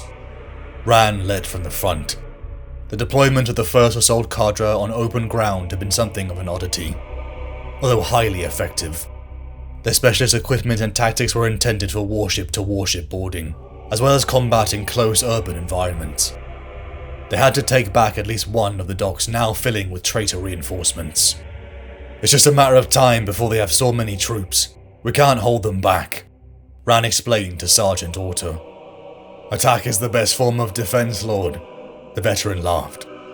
"Nothing to do with you not wanting to be sitting in the strategium, looking at screens rather than running about with an axe in your hand. I resent that implication," the commander replied with a grin. Rand stood with the spear-tip shield wall, as the actuator lift began to ascend. The enemy would have about 30 seconds of warning. Then the bloody engagement would begin. "We're going to be in the battle for our lives in about 3 minutes. Lord Dawn and the Emperor are dependent on us to hold this spaceport for as long as possible. No pointless heroics. We fight for as long as we can, and make them pay for every pace they take in our world. They advance 10 meters, we'll drive them back 5. You look after your squad brothers, keep tight, and trust in one another." He took a breath, and in the pause heard the rattle of the approaching conveyors. "This is why we are here." The ascender halted. "Doors!" Rand barked, and a wall of shields advanced into the bolt of fire. Forex admired the enemy commander, whoever it was. The constant wave of mortal humans with vehicle support was a sacrifice. They were outmatched and died in their thousands, but each assault left more Iron Warrior corpses on the ground. Forex's elite force was in the belly of the beast, and yet their objectives to find vital organs had been swiftly countered. "If we continue to engage at this intensity, Triarch," Garl voxed, background bolt of fire disturbing his words, "we will run into logistical issues within 7 hours. The lead companies of the aerial assault force are only 2 kilometers away." "Logistical issues? You mean ammunition supply?" asked Forex. "Stimulant infusions are reaching unsafe levels. Armor recycling systems need flushing before they start passing toxic elements back into our bodies. Nobody has slept, and at the 96-hour mark mental fatigue starts to accelerate rapidly. You want the rest? Forex snarled. I don't plan to simply be the bone these dogs chew on while Kroger takes the bridges above. I aim to live long enough to see them all dead. To do that, odd as it seems, we have to make ourselves as much trouble as possible. We're not getting out of here alive by ourselves, Garl. We need that relief column. It's no good to us all if we're dead when it arrives, Garl voxed. If I relocate westwards by 300 meters, there is a maintenance conveyor shaft. We can flank the defense of the plasma conduits. Forex relented. I will pull back my company on the left as a feint, Forex replied. Forex called forward heavy Havoc squads. They unleashed a torrent of fire, as Forex and 2 squads charged forward to mop up the few Imperial fists amongst the guard ranks. Forex looked down upon the broken and bloody fists' armor, as his men began to strip the enemy of their ammunition. The fists were retreating to the upper levels, but Forex looked upon his men. 13 more dead. The feeling of a 2-pronged assault from Kroger dissipated, and Forex knew deep within that he and his men were walking dead. 4 more days of relentless engagements ensued. Not a clean, undamaged suit of power armor was between them. Some legionaries had been reduced to combat knives or chainswords. In the gloom-lit corridors of the spaceport, Forex felt the noose tightening. Phosphex! The cry came from a corridor ahead. Forex had just enough time to see the Iron Warriors within scream in agony. A searing flame engulfed them. The shrieks, noises that no legionary should ever produce, were thankfully brief. The silhouettes of diminishing figures danced in the after images, as Forex tried to blink away the glare of the Phosphex. Once again, Forex had begrudging respect for the commander, willing to burn his own city and men in order to achieve victory. Forex's squadron raced up the stairs to the next level. Regroup at 75 meters up. He voxed to all squadrons in range. Forex ran, gulping down breaths that tasted of his brother's charred flesh and molten armor. The light grew behind him, the burning Phosphex still on their heels. Reaching the ascent of the stairs, Iron Warriors fanned into an open corridor. Other squadrons came later. Forex began to peer around his men. Some were missing limbs. All were bloodied. But through broken helms he only saw grim determination that steadied his resolve. From iron cometh strength. From strength cometh will. From will cometh faith. From faith cometh honor. From honor cometh iron. The unbreakable litany. Never had Forex seen his warriors so undaunted and formidable. The longer they were hammered upon the anvil of battle, the harder they became. This was the wisdom of their Primarch, and yet still they would all die soon. Soon they would be cornered, and then it was over. Aemon caught the smell of blood and rot, even before he came to the outskirts of the Medicae encampment. For days his investigation had stalled. Keeler the only one making progress with these Lightbringers. In concealed robes and sporting a 7th Legionary Gladius, the Medicae camp was almost overflowing with the sick and injured. The smell of urine and feces haunted many sections, and the wails of the dying never ceased. It didn't take long for Aemon to find the makeshift shrine within a central ward. From the shadows he observed civilians and guard kneeling, singing hymns of praise as one led from the front. Aemon was about to depart, seeing nothing amiss, when he caught a sweet-smelling breeze. The troopers were talking in unison, the words barely audible but clearly intoned. He is the life within death, the breath on your lips, the hope in your heart. The chanting began to grow louder. Faint ghost light speckled around them as the leader began to drool, eyes moving to the back of their head, revealing sickly whites. Then their eyes shot forward, revealing a vile black.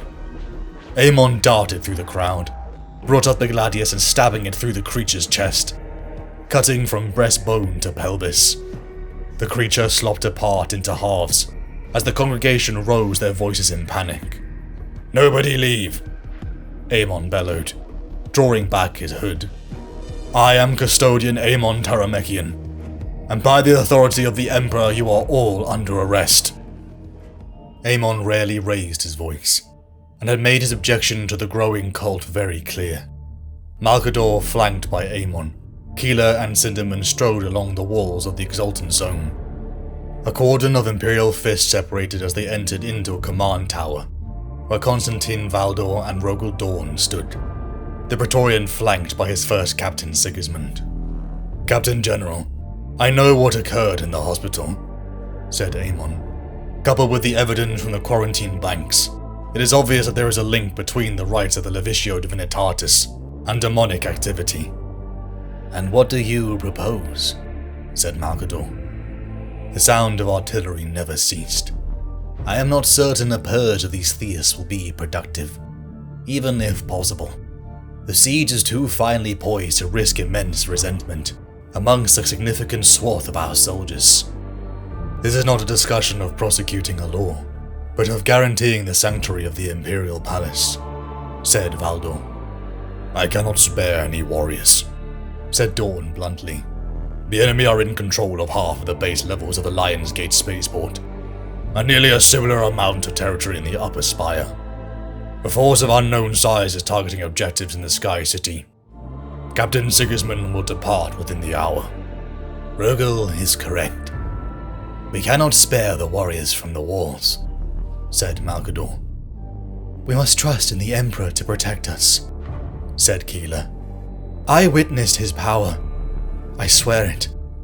It is by his will that the Neverborn are kept at bay.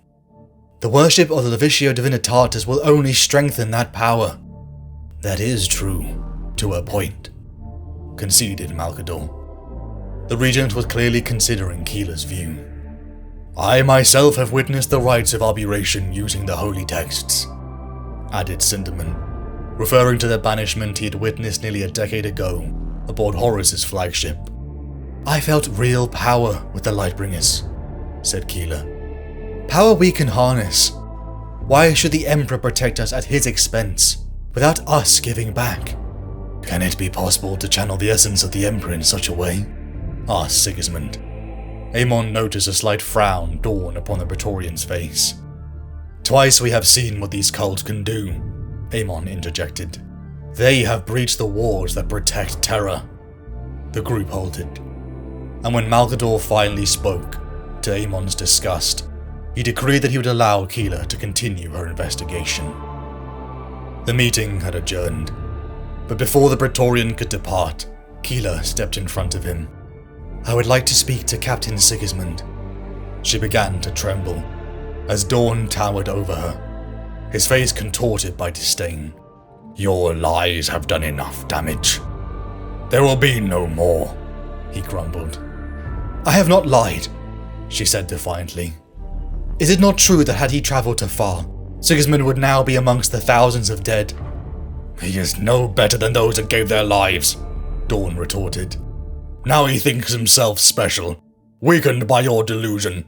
He took the coward's choice." Keeler turned to Sigismund and caught his gaze. "The Emperor has need of you, Sigismund." "No more," Dorn bellowed, poised ready to strike. "He is not your son.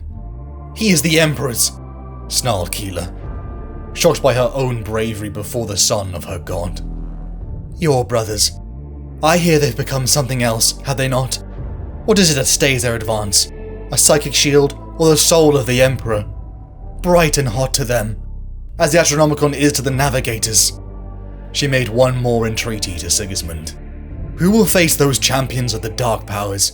The Emperor needs his own, and through me he has guided your step from disaster to stand here upon the walls to face them." Sigismund said nothing. Listening to Keeler's words years before had cost him his father's love. But there was something there. A voice that spoke deep within him, that Keeler's words beat in rhythm with his own heart's. Sigismund turned, heading towards the stormbirds that would deliver him to the spaceport. "Work with the custodians," Dorn whispered dangerously. "If I learn you have spoken to any of my warriors again, Malkador's protection will not keep you safe, and it will not be imprisonment that silences you." An impressive gathering, said Cinderman. Through cracked window panes, Keeler stared out to the throngs of humanity gathering in the upper reaches of the Basilica Ventura. Here because of you, Holy One, said Olivier. Word spreads that the emissary of the Emperor graces the light bearers with divine blessings. Blessings is not mine to deliver, Keeler warned him, gently. Only the word of the Emperor. Of course, conceded Olivier. Would you address the congregation tonight? Olivier asked. Keeler refused, for the Lightbringers were his congregation, and because of her orders from Malcador, she was simply here to observe, to collect evidence that the existence of the cults were a net benefit in the Sigillites' eyes. The traitors are pushing hard to take the spaceport, said Cinderman. It may only be a matter of hours or days before they are at the Lion's Gate itself.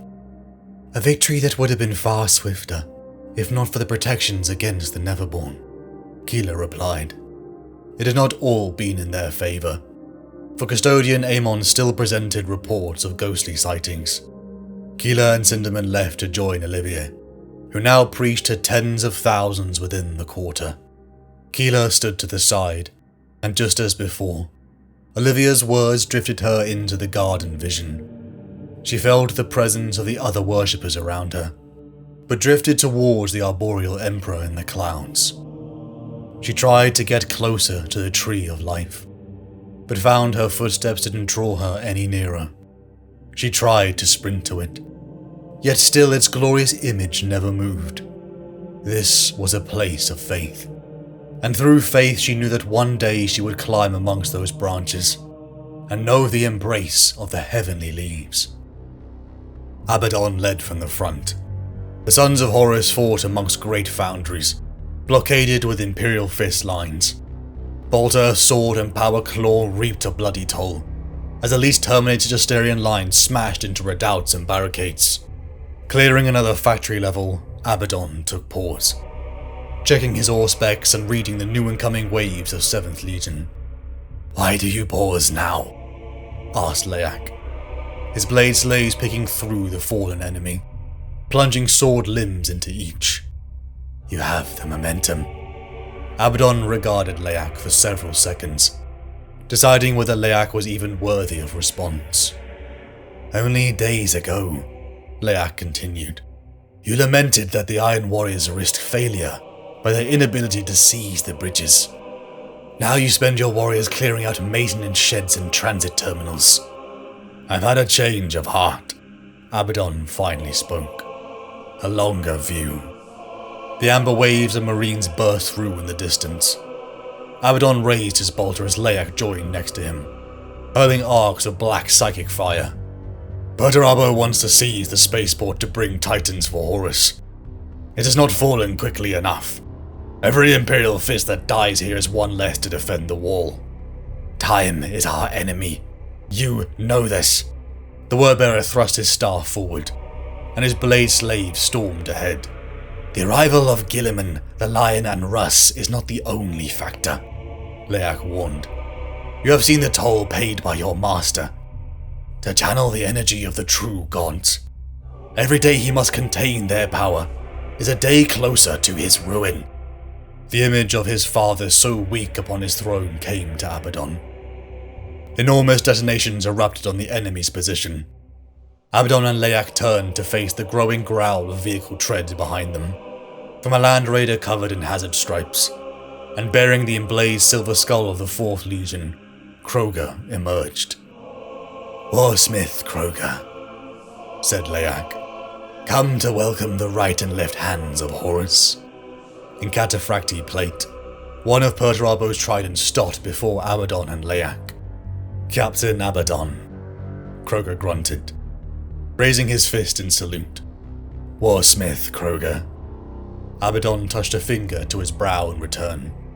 I was not expecting you. Been looking for you, Kroger replied. Came here to see what all the fuss was. Kroger took in a shuddering breath. Here you are. Haven't heard from your Legion command since you captured the Upper Censoria.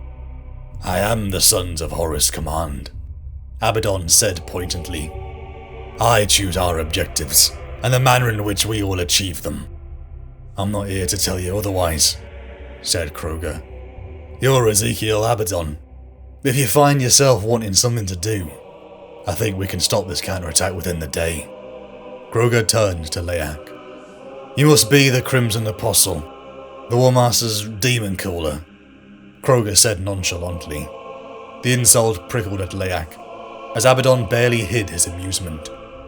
He and the Apostle had fought side by side since the Solar War, even saved each other's life. Yet Abaddon felt no love for the Apostle and his ilk. He hated more Leak's influence upon the War Master. I am the spiritual aid of Horus Lupercal, prophet of the Dark Gods, Lord of Mysteries, said Leak. Have you broken the Emperor's psychic shield yet? Kroger interjected. The process is ongoing. One does not pierce her. Thought not, said Kroger. I thought you were trying to link up with the force inside the Sky City. Abaddon interjected. Plans change, Kroger said with a shrug.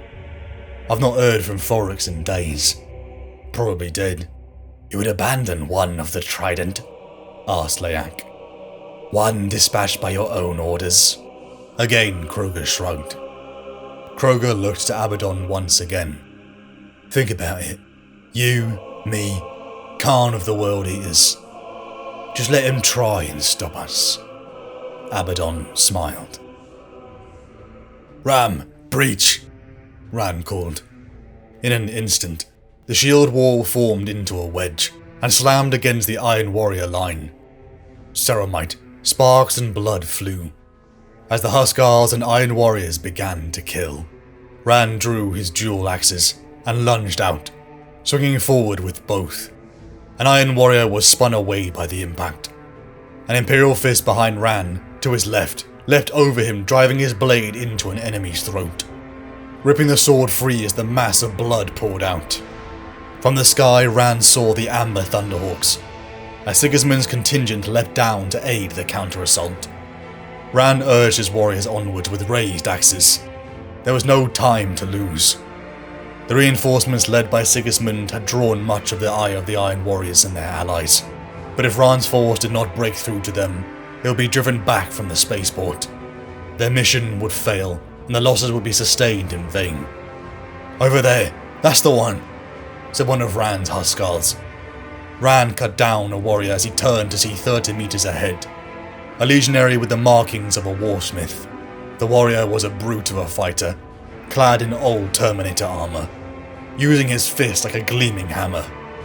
Ran charged, the smoke and slamming bolter shells flying around him. Tens of thousands clashed around him, as Ran sought one target. His guards peeled off, ramming into a horde of World Eaters, as the warsmith met his challenge.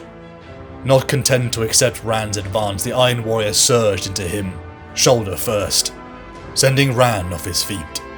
Ran rolled with it, then surged up. He slammed his axe towards his foe's head, only to be met by powered fist. Ran's blow was pushed aside, and the warsmith's fist thudded into Ran's gut. It was an odd blow, a brawler's punch rather than a trained Space Marine's attack. Ran knew pride was folly. To me, Ran called. Huskals, to me, he bellowed as he swung his axe into his opponent's thigh. It bit deep, before the warsmith backhanded Ran to the ground. Above him, Ran saw the blow that would end his existence. Until at the last second, a powered sword smashed into the warsmith's fist, sending it wide. Squinting through swirling pain, Ran saw the knightly helm of his saviour. A second before a wall of yellow crashed around him, the Huskars responding to his call, even as the Iron Warriors closed around their own leader. Get him to safety, snarled Sigismund. The rest of you, hold ground here. They shall be my finest warriors, the Emperor had declared, and they shall know no fear. Forex knew fear, but had the training and discipline ill afforded to the mortal man. Forex doubled again around the scene of carnage. dozens of his men injured or bleeding out, some lying still, foam blood leaking from their helmet grills or puncture wounds. He made to stand beside Garl. "How many?" he asked the captain. "Left," replied Garl. "Yes, left," he snapped. 204, including walk-in wounded. Nearly 80% casualty rate, Forex whispered. "Triarch," one of the wounded legionaries called out, wheezing breaths breaking the flow every couple of seconds. "Help me up. I can still fight." Forex looked to the warrior, saw the plasma scarring on the left side. "You've lost a lung, legionary," said Forex. "That's why they gave us a third." His bloody grin showed through the broken remnants of his teeth. "It's Zorovar, isn't it?" said Forex. "Yes, Triarch. Sergeant." "It'll be Lieutenant when we are reunited with the Legion," Forex replied. Zorovar nodded his thanks and rose shakily with assistance. Forex and Garl knew he would be dead within hours. A bitterness was wrought in Forex's gut at the abandonment of Krogar. Garl had protested, as Forex whispered to him they were to leave behind their wounded. "We cannot save them, Garl. Either we die with them or we give ourselves the chance to live," he said. Garl paused, then suggested they give them a quick death. They had earned that at least. But Forex refused. They didn't have the ammunition. Garl put his helm back on, clear disdain in his posture. "I'm thinking about those who have a chance," said Forex, grabbing the captain's arm. "We need to break through the outer levels. There's a monorail terminal 1 kilometer north of here. We'll move fast. Head down the track to a sky bridge." "Towards the Imperial Palace, Triarch?" asked Garl. "Better than deeper into the spaceport," said Forex. "The Lionsgate spaceport is still contested. If we can get to the outer levels, we might be able to contact Legion Command." Garl pulled free his arm and offered his hand for Forex to grip. The warsmith did so, wrist to wrist in Olympian custom. "We will live so that we can remember the fallen," said the captain. The sound of shearing metal and bolter fire rose in a cacophony. "Onto the rail and then run!" bellowed Forex. Vox contact had been made with traitor militia. There was hope. One last chance at salvation, and all it required was running through the noose of the enemy to a rail platform. "All legionaries make speed for the tunnels. Cover and advance by 3, roared Forex. Overlapping lanes of fire from vehicle regiments and heavy weapons raked into the Iron Warriors, who in turn loosed their remaining ammunition into suppressive fire, but dozens were falling by the second. Iron Warriors threw themselves desperately onto the platform, as Forex in turn leapt. Forex heard a cry of pain, and turned to see Garl down on one knee. Thigh armor shattered, blood streaming. More of his armor plate shattered as munitions tore into Garl, breaking him piece by piece. Forex caught sight of the captain's eye through a shattered lens. "Fall behind," wheezed Garl. He stopped crawling, reaching out to retrieve his weapon. "Left behind." The platform rose away. Forex swore as he heard Garl's bolt gun finally cease. "Argent's Tower, this is Custodian Namon. I am pursuing a possible incursion force into the Palatine Arc, heading northeast through the quarantine zone. Urgent dispatch of support required," Amon voxed. Fully armored, he crackled his guardian spear into life, and lunged at the shambling mess approaching. They were human, and they were not. Reanimated corpses with clawing hands, their limbs famine thin and belly swollen. As he slashed his spear tip through the throat of one, he thought of the mutilated bodies he had found on patrol the day before. Besides them, he had found a bloodied copy of the Levisio Divinitatis, and couldn't help but link the origins of these half-demon hybrids. His spear punched through one, and split in half 2 others. He pounded down the corridor to chase down the remaining ones fleeing in the direction of Poxville. That was different. True Neverborn never retreated. Kazuhiro thought he had no more emotion left to give, but tears streamed down his face as he fired into the silhouettes trying to leave Poxville. The order had come. Destroy all targets. Some through the gloom had been shambling horrors. That had been easy. It was the doubt when he fired at the others. And now it was impossible to tell, the officers had said, who was carrying the seed of corruption within them. So they came on in their hundreds, the plague victims and refugees. Kazuhiro fired into another, watching them fall down unmoving. He convinced himself she had a rash, that she displayed signs of sickness. She had to. His marksmanship had become exceptional since all the battles at the Helios Gate. But here his hands trembled. "Just stop," he whispered, choking on the words. "Please stop." Kazuhiro turned to see the commotion behind him. A line of civilians carrying lamps had come right up behind the trench line. He saw a woman with blonde hair and a blue dress. She held out a lantern made of an artillery shell casing, but the light seemed to emanate from her pale skin. "Let us slay the unworthy and protect the innocent," she said, her voice carrying over the troopers. "Who are you, Lady of the Light?" Kazuhiro asked. An older man beside her stepped forward. "She is the Holy Messenger, Trooper, blessed of the Emperor." Kazuhiro saw a more portly man beside him. The civilian congregation began to sing, and Kazuhiro felt a warmth build within the woman, like she herself was a conduit of a great and powerful light. "With the Emperor I am righteous," said Keela. "With his light the darkness is broken. With the fire of purity I purge the unholy." The shambling horde of infected halted. Then their skin began to immolate.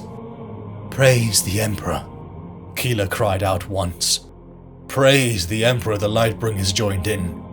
"Praise the Emperor," the soldiers joined. "What's that? How did that happen?" Kazuhiro asked, dumbfounded. Keela held out her hand, and Kazuhiro helped her to her feet. "The Emperor protects," she told him. Dawn ground his teeth, fists clenched. The timing was disastrous. He had prepared a flanking assault column of guard vehicle regiments, gathered from the pockets of Terra still standing, but elements within had turned to the War Master's side, ending in a brutal civil war outside the city. For days he had been absent of his strategium, turning to matters that called to his attention on various fronts, and his moment of return should have been stabilizing, but he found nothing but disaster. "Lord Dawn, all contact has been lost with the Lionsgate spaceport," said one of his equerries. "When was the last communication?" Dawn asked. 30 minutes ago. Lieutenant Commander Hagar reported the enemy were within 5 kilometers of the sky bridges, my lord. Captain Sigismund has drawn all remaining forces from the Star Spear to contain the threat. "This is it," said the Primarch. "He will be coming now." His equerry looked up from his data slate. "Perturabo, the Lord of Iron," continued Dawn. "This is his masterstroke. This has always been about the docks. With the upper guns overrun, my traitor brother can bring in as many ships as he wants. He can bring in whatever strength he needs to overrun the spaceport terminals. Titan transports," his equerry whispered. "Or a battle barge," snarled Dawn. The Praetorian looked to the blackened fire wreathing the skies of Terra, looking to where he believed his traitorous counterpart lay. The spaceport had fallen. It was only a matter of time, now to save as many of his sons as he could in the retreat. "Prepare my gunship and my Huskars," said Dawn, standing. The Praetorian had matched wit and will with the Lord of Iron across star systems, siege lines and palace walls. Now it was time to face his brother in person. "Order immediate withdrawal from the Lionsgate spaceport." Sigismund heard his lord's voice in his vox. He parried and rammed his sword through a World Eater, turned, and cleaved the head off an iron warrior. "This is their last effort, my lord. We can hold," he voxed back. "The cost is too high," Dawn crackled. "This is not our last battle to fight. It is only the first wall. Abaddon is here, my lord, and other commanders of the foe." Sigismund sidestepped again. "These warriors' lives are not to spend for your superstition, Sigismund," Dawn said bitterly. "They are not currency for your personal glory. You want to hurl yourself at Abaddon? You have my leave. Discharge your last efforts as you wish, but do not call it honor. Do not call it duty." Sigismund cut down another. The lines had separated some, and bolts of fire began to exchange again. In the pause, Sigismund looked up and felt his inner fire die as the shadow of the iron blood descended. They had been caught out. Too long had he and Rand focused on the sky bridges, when the real targets were the upper docks. Sigismund closed his eyes. The noise of battle grew muffled. The flow of time slowed. He sat in his failure for what felt like an eternity. "What is your command, my lord?" Sigismund asked, opening his eyes. "Unchanged," Dawn's voice crackled. "The flow of time bleeds the foe greater than any wound. Hold the bridges just long enough for the withdrawal. Iron within, iron without. Iron within, iron without." The enemy began to roar as their Primarch arrived. Foryx wanted to collapse. Nearly 2 weeks since the assault had begun, and nearly 2 weeks of non-stop battle. Though it was ugly, Foryx and his last surviving brothers were grateful to see the sky once more.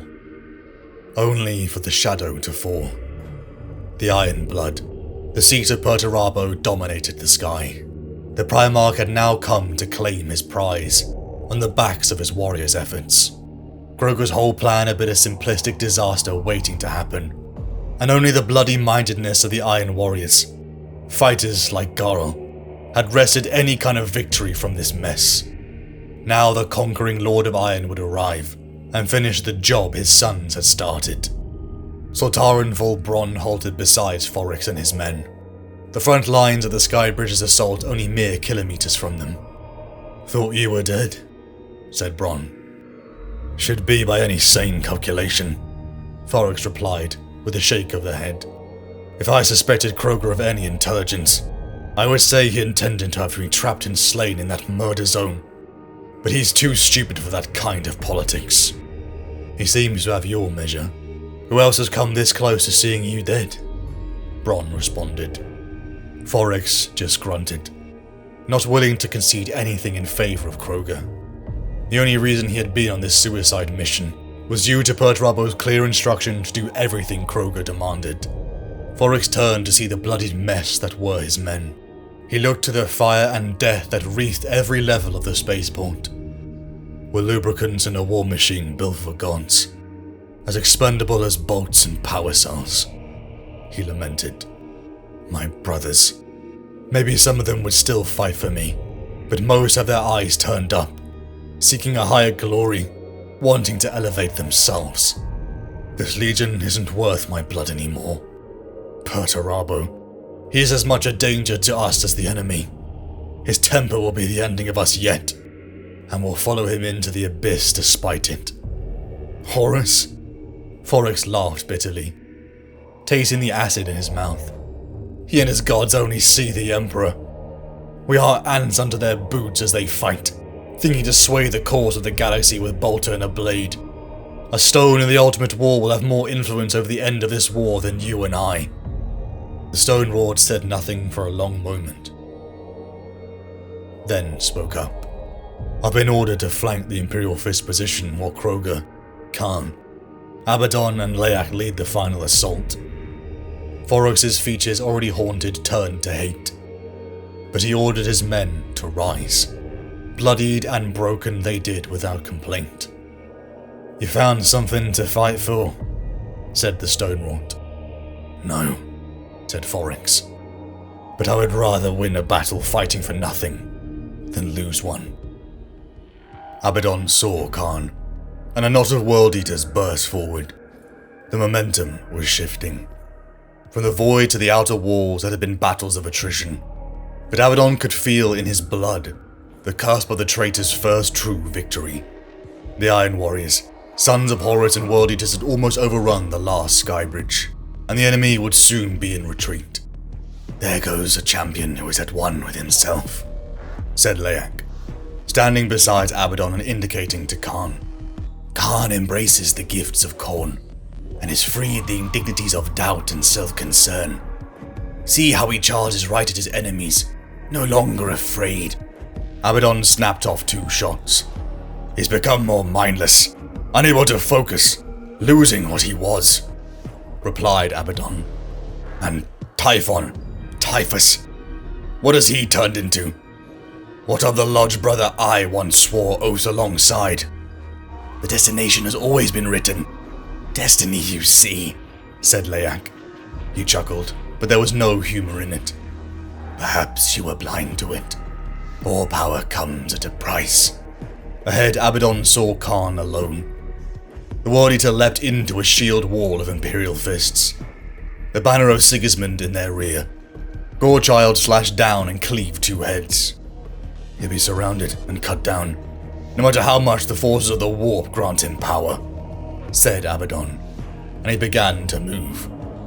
"What do you care?" barked Leyak. "It is the will of the gods."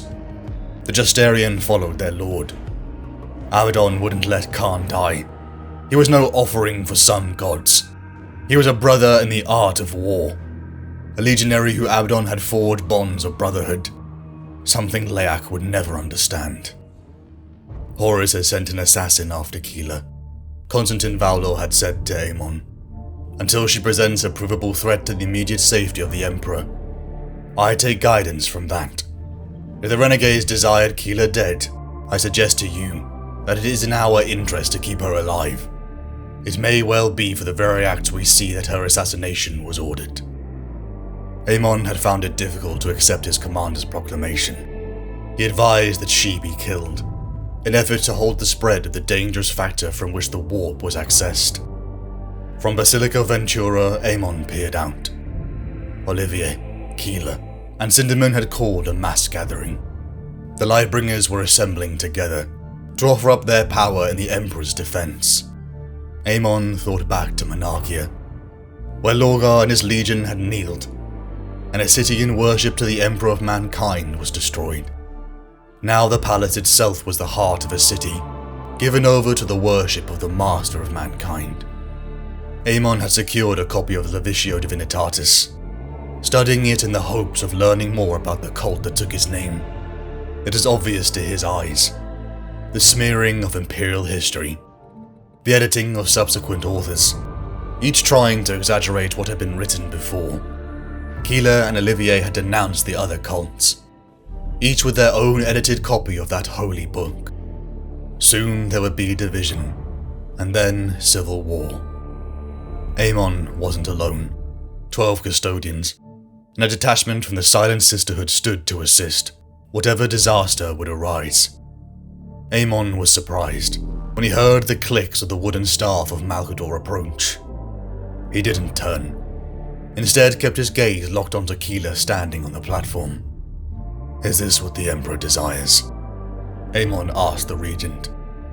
"The Emperor has greater concerns than a few hymns and prayers," the ancient man replied. "The Neverborn are drawn to power," Amon countered. "Yes," said Malcador, "but it can also keep them at bay. If I could be definitive, I would tell you for certain that this gathering of faith was good or bad. In such matters there is no certainty, only intent."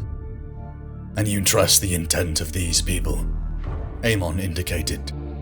"I trust Keela, as I told you before. What if psychic power was used by the Emperor rather than projected?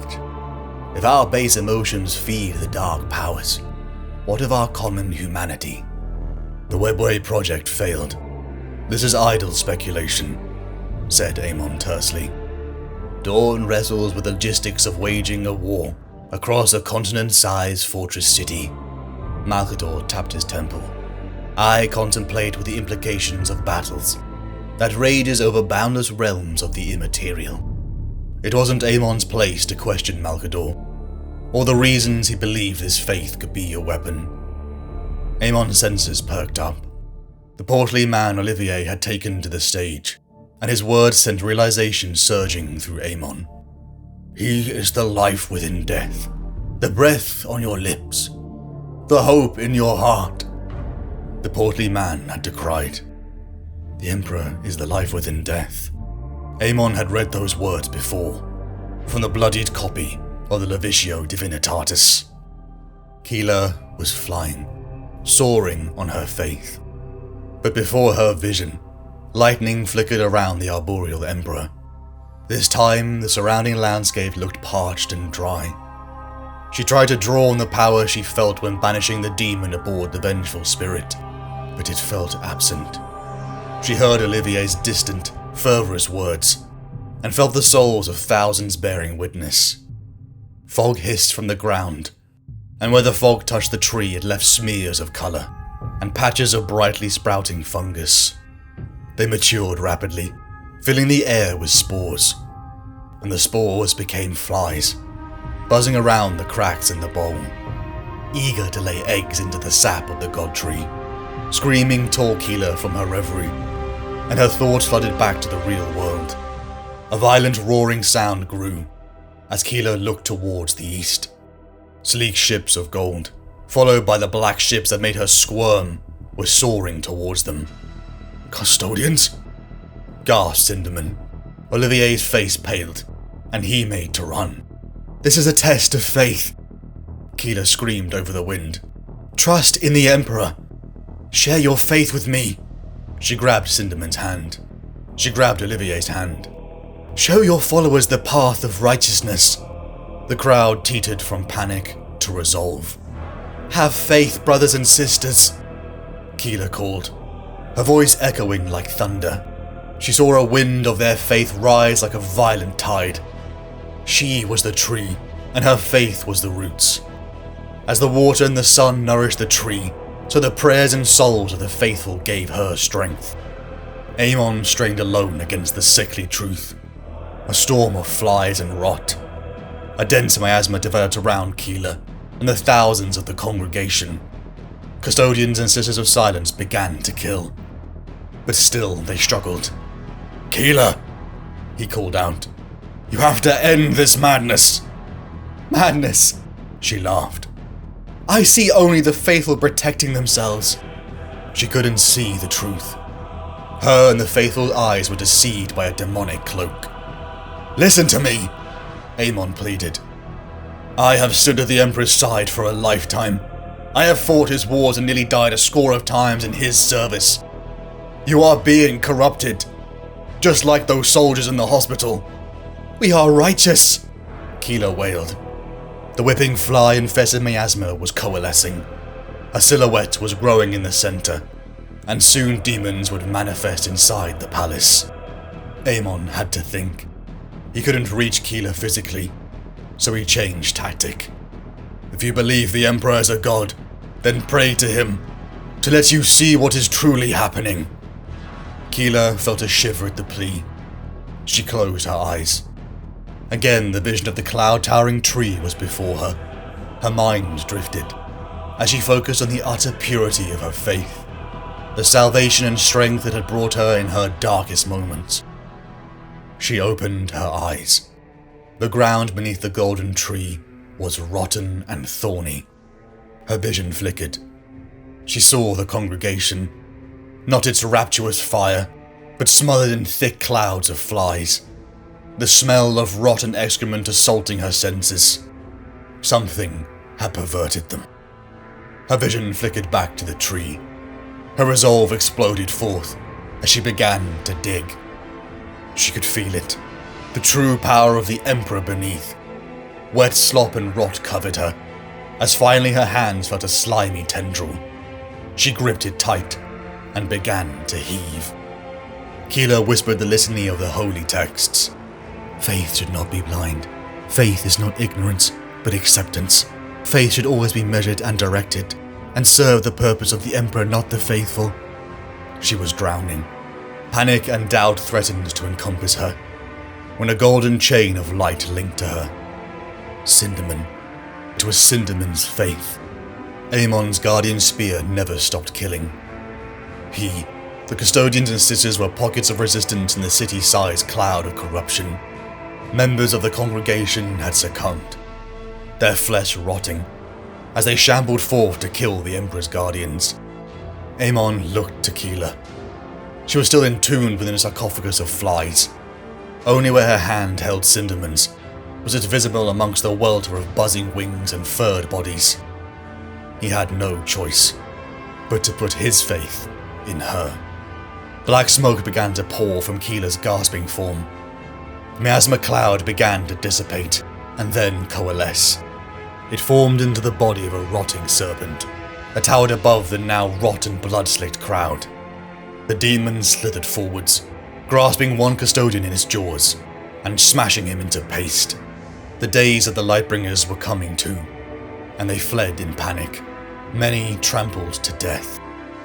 Amon leapt down to confront the Neverborn, as custodian and sister cutters raked in fire. A lone figure stepped from the crowd, leaning on his staff as he blazed in violent energies, sending out motes of fire at the creature. Malcador had joined the fray. Limping in Cinderman's arms, Keela lifted her hand as Amon leapt. She channeled the golden power of the Emperor from within her, and the serpent began to squirm in pain as Amon thrust the killing strike into its skull. The demon exploded, sending gory filth across the plaza. The aftermath was brutal and would require extreme sanctification protocols. "There is your faith," Amon told the regent as he strode towards him. The regent leaned upon his staff, his posture weak. "We might never know where faith ends and corruption begins," Malcador whispered. Amon turned to see Keela, where a corona of golden light haloed her. Templar's sword met Gorechild's teeth. Sigismund reeled from the strength of the blow. Still chained to your duty, I see," Khan snorted, as he raised Gorechild for another slash. "Better duty than the emptiness of self-service." Sigismund stepped and thrust hard, but Gorechild slashed down to meet the attack, with stunning speed and impact, sending the Templar staggering away. Sigismund rose as Khan was upon him again. Sigismund carved a slice across Khan's chest as Gorechild tore flesh on his vambrace. "You are weak. Duty is purpose, Sigismund. I serve a greater power than yours," Khan roared, as another fury of blows battered Sigismund back. Sigismund's blood brother was dead. A friend who he had battled across the stars with had cast aside brotherhood and replaced it with nothing but dark power from an even darker source.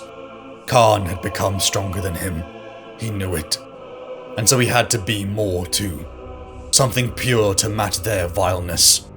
To draw strength from a power beyond himself. The Emperor, Sigismund thought. If only he had learned the lesson before the death he knew was coming. Gorechild ripped deep into his flesh, and Sigismund grunted in pain as he was thrown to the ground. Khan raised Gorechild above his head when a titanic boom crashed into the rockcrete next to them. Sigismund and Khan turned to the figure that loomed above them, in resplendent golden armor, with hair shocking white and a face with bared teeth and eyes to match. Rogel Dawn looked out across the field. Bellowing, Khan hurled himself at the Primarch. Dawn swung Storm's teeth to meet the captain, and the force of the blow threw Khan a dozen meters through the air. Dawn spared not a second glance as Khan tumbled off the wall. Terminator flashes crackled around the Praetorian as he charged into the enemy. Sigismund tried to rise, but faltered, his wounds too great, though not as great as his shame. Abaddon could not help be impressed by the sight of Rogel Dawn. It sent shivers down his spine as he saw the Primarch cleave apart his men, and traitors alike with unnerving speed. The momentum had shifted, and Abaddon relished and dreaded the prospect of fighting one of the Emperor's sons. "It is not your time," said Zardu Leak, bounding ahead of Abaddon, his blade slaves flanking him. "I see now that this moment was ordained for me long ago. Remember that the gods always demand a price, but if you are willing to pay, the power is yours to command." The urge to battle for a brother felt absent in Abaddon's soul, as he watched the Crimson Apostle and his blade slaves engage the Primarch. He saw Leak try to call demons in from beyond the veil, only to fizzle out in flames. The Emperor's wards were still active, even if weakening. Dawn swung a hammer-like fist, crushing the skull of a blade slave. It fought on for several more seconds, jerky and weak, until it fell backwards. A slashing cut gored the Praetorian, until Dawn eviscerated the possessed Marine in two. Leak wreathed himself in scarlet lightning and hurled it at Dawn, pushing the Praetorian back 3 steps. But Dawn rushed forward. His chainsword Storm's teeth sparked upon Leak's kind shield. The time was now, Abaddon thought, as he made to intervene, until Leak's voice rammed into his mind. "I give up my life for you, mortal soul, but for the glory of chaos that you will come to serve." The shield failed, but Leak's body exploded in a psychic detonation. The Apostle's skin peeled and burned. Arcane fire rippled across his form. "Remember this moment, Abaddon," Leak wailed. "I give my life so that you will take my place upon the path to glory." Armor rent and blackened. Dawn surged forward and cleaved Leak's body in a shower of blood and fire. Leak detonated with a burst of multicolored light, sending Dawn's form flying.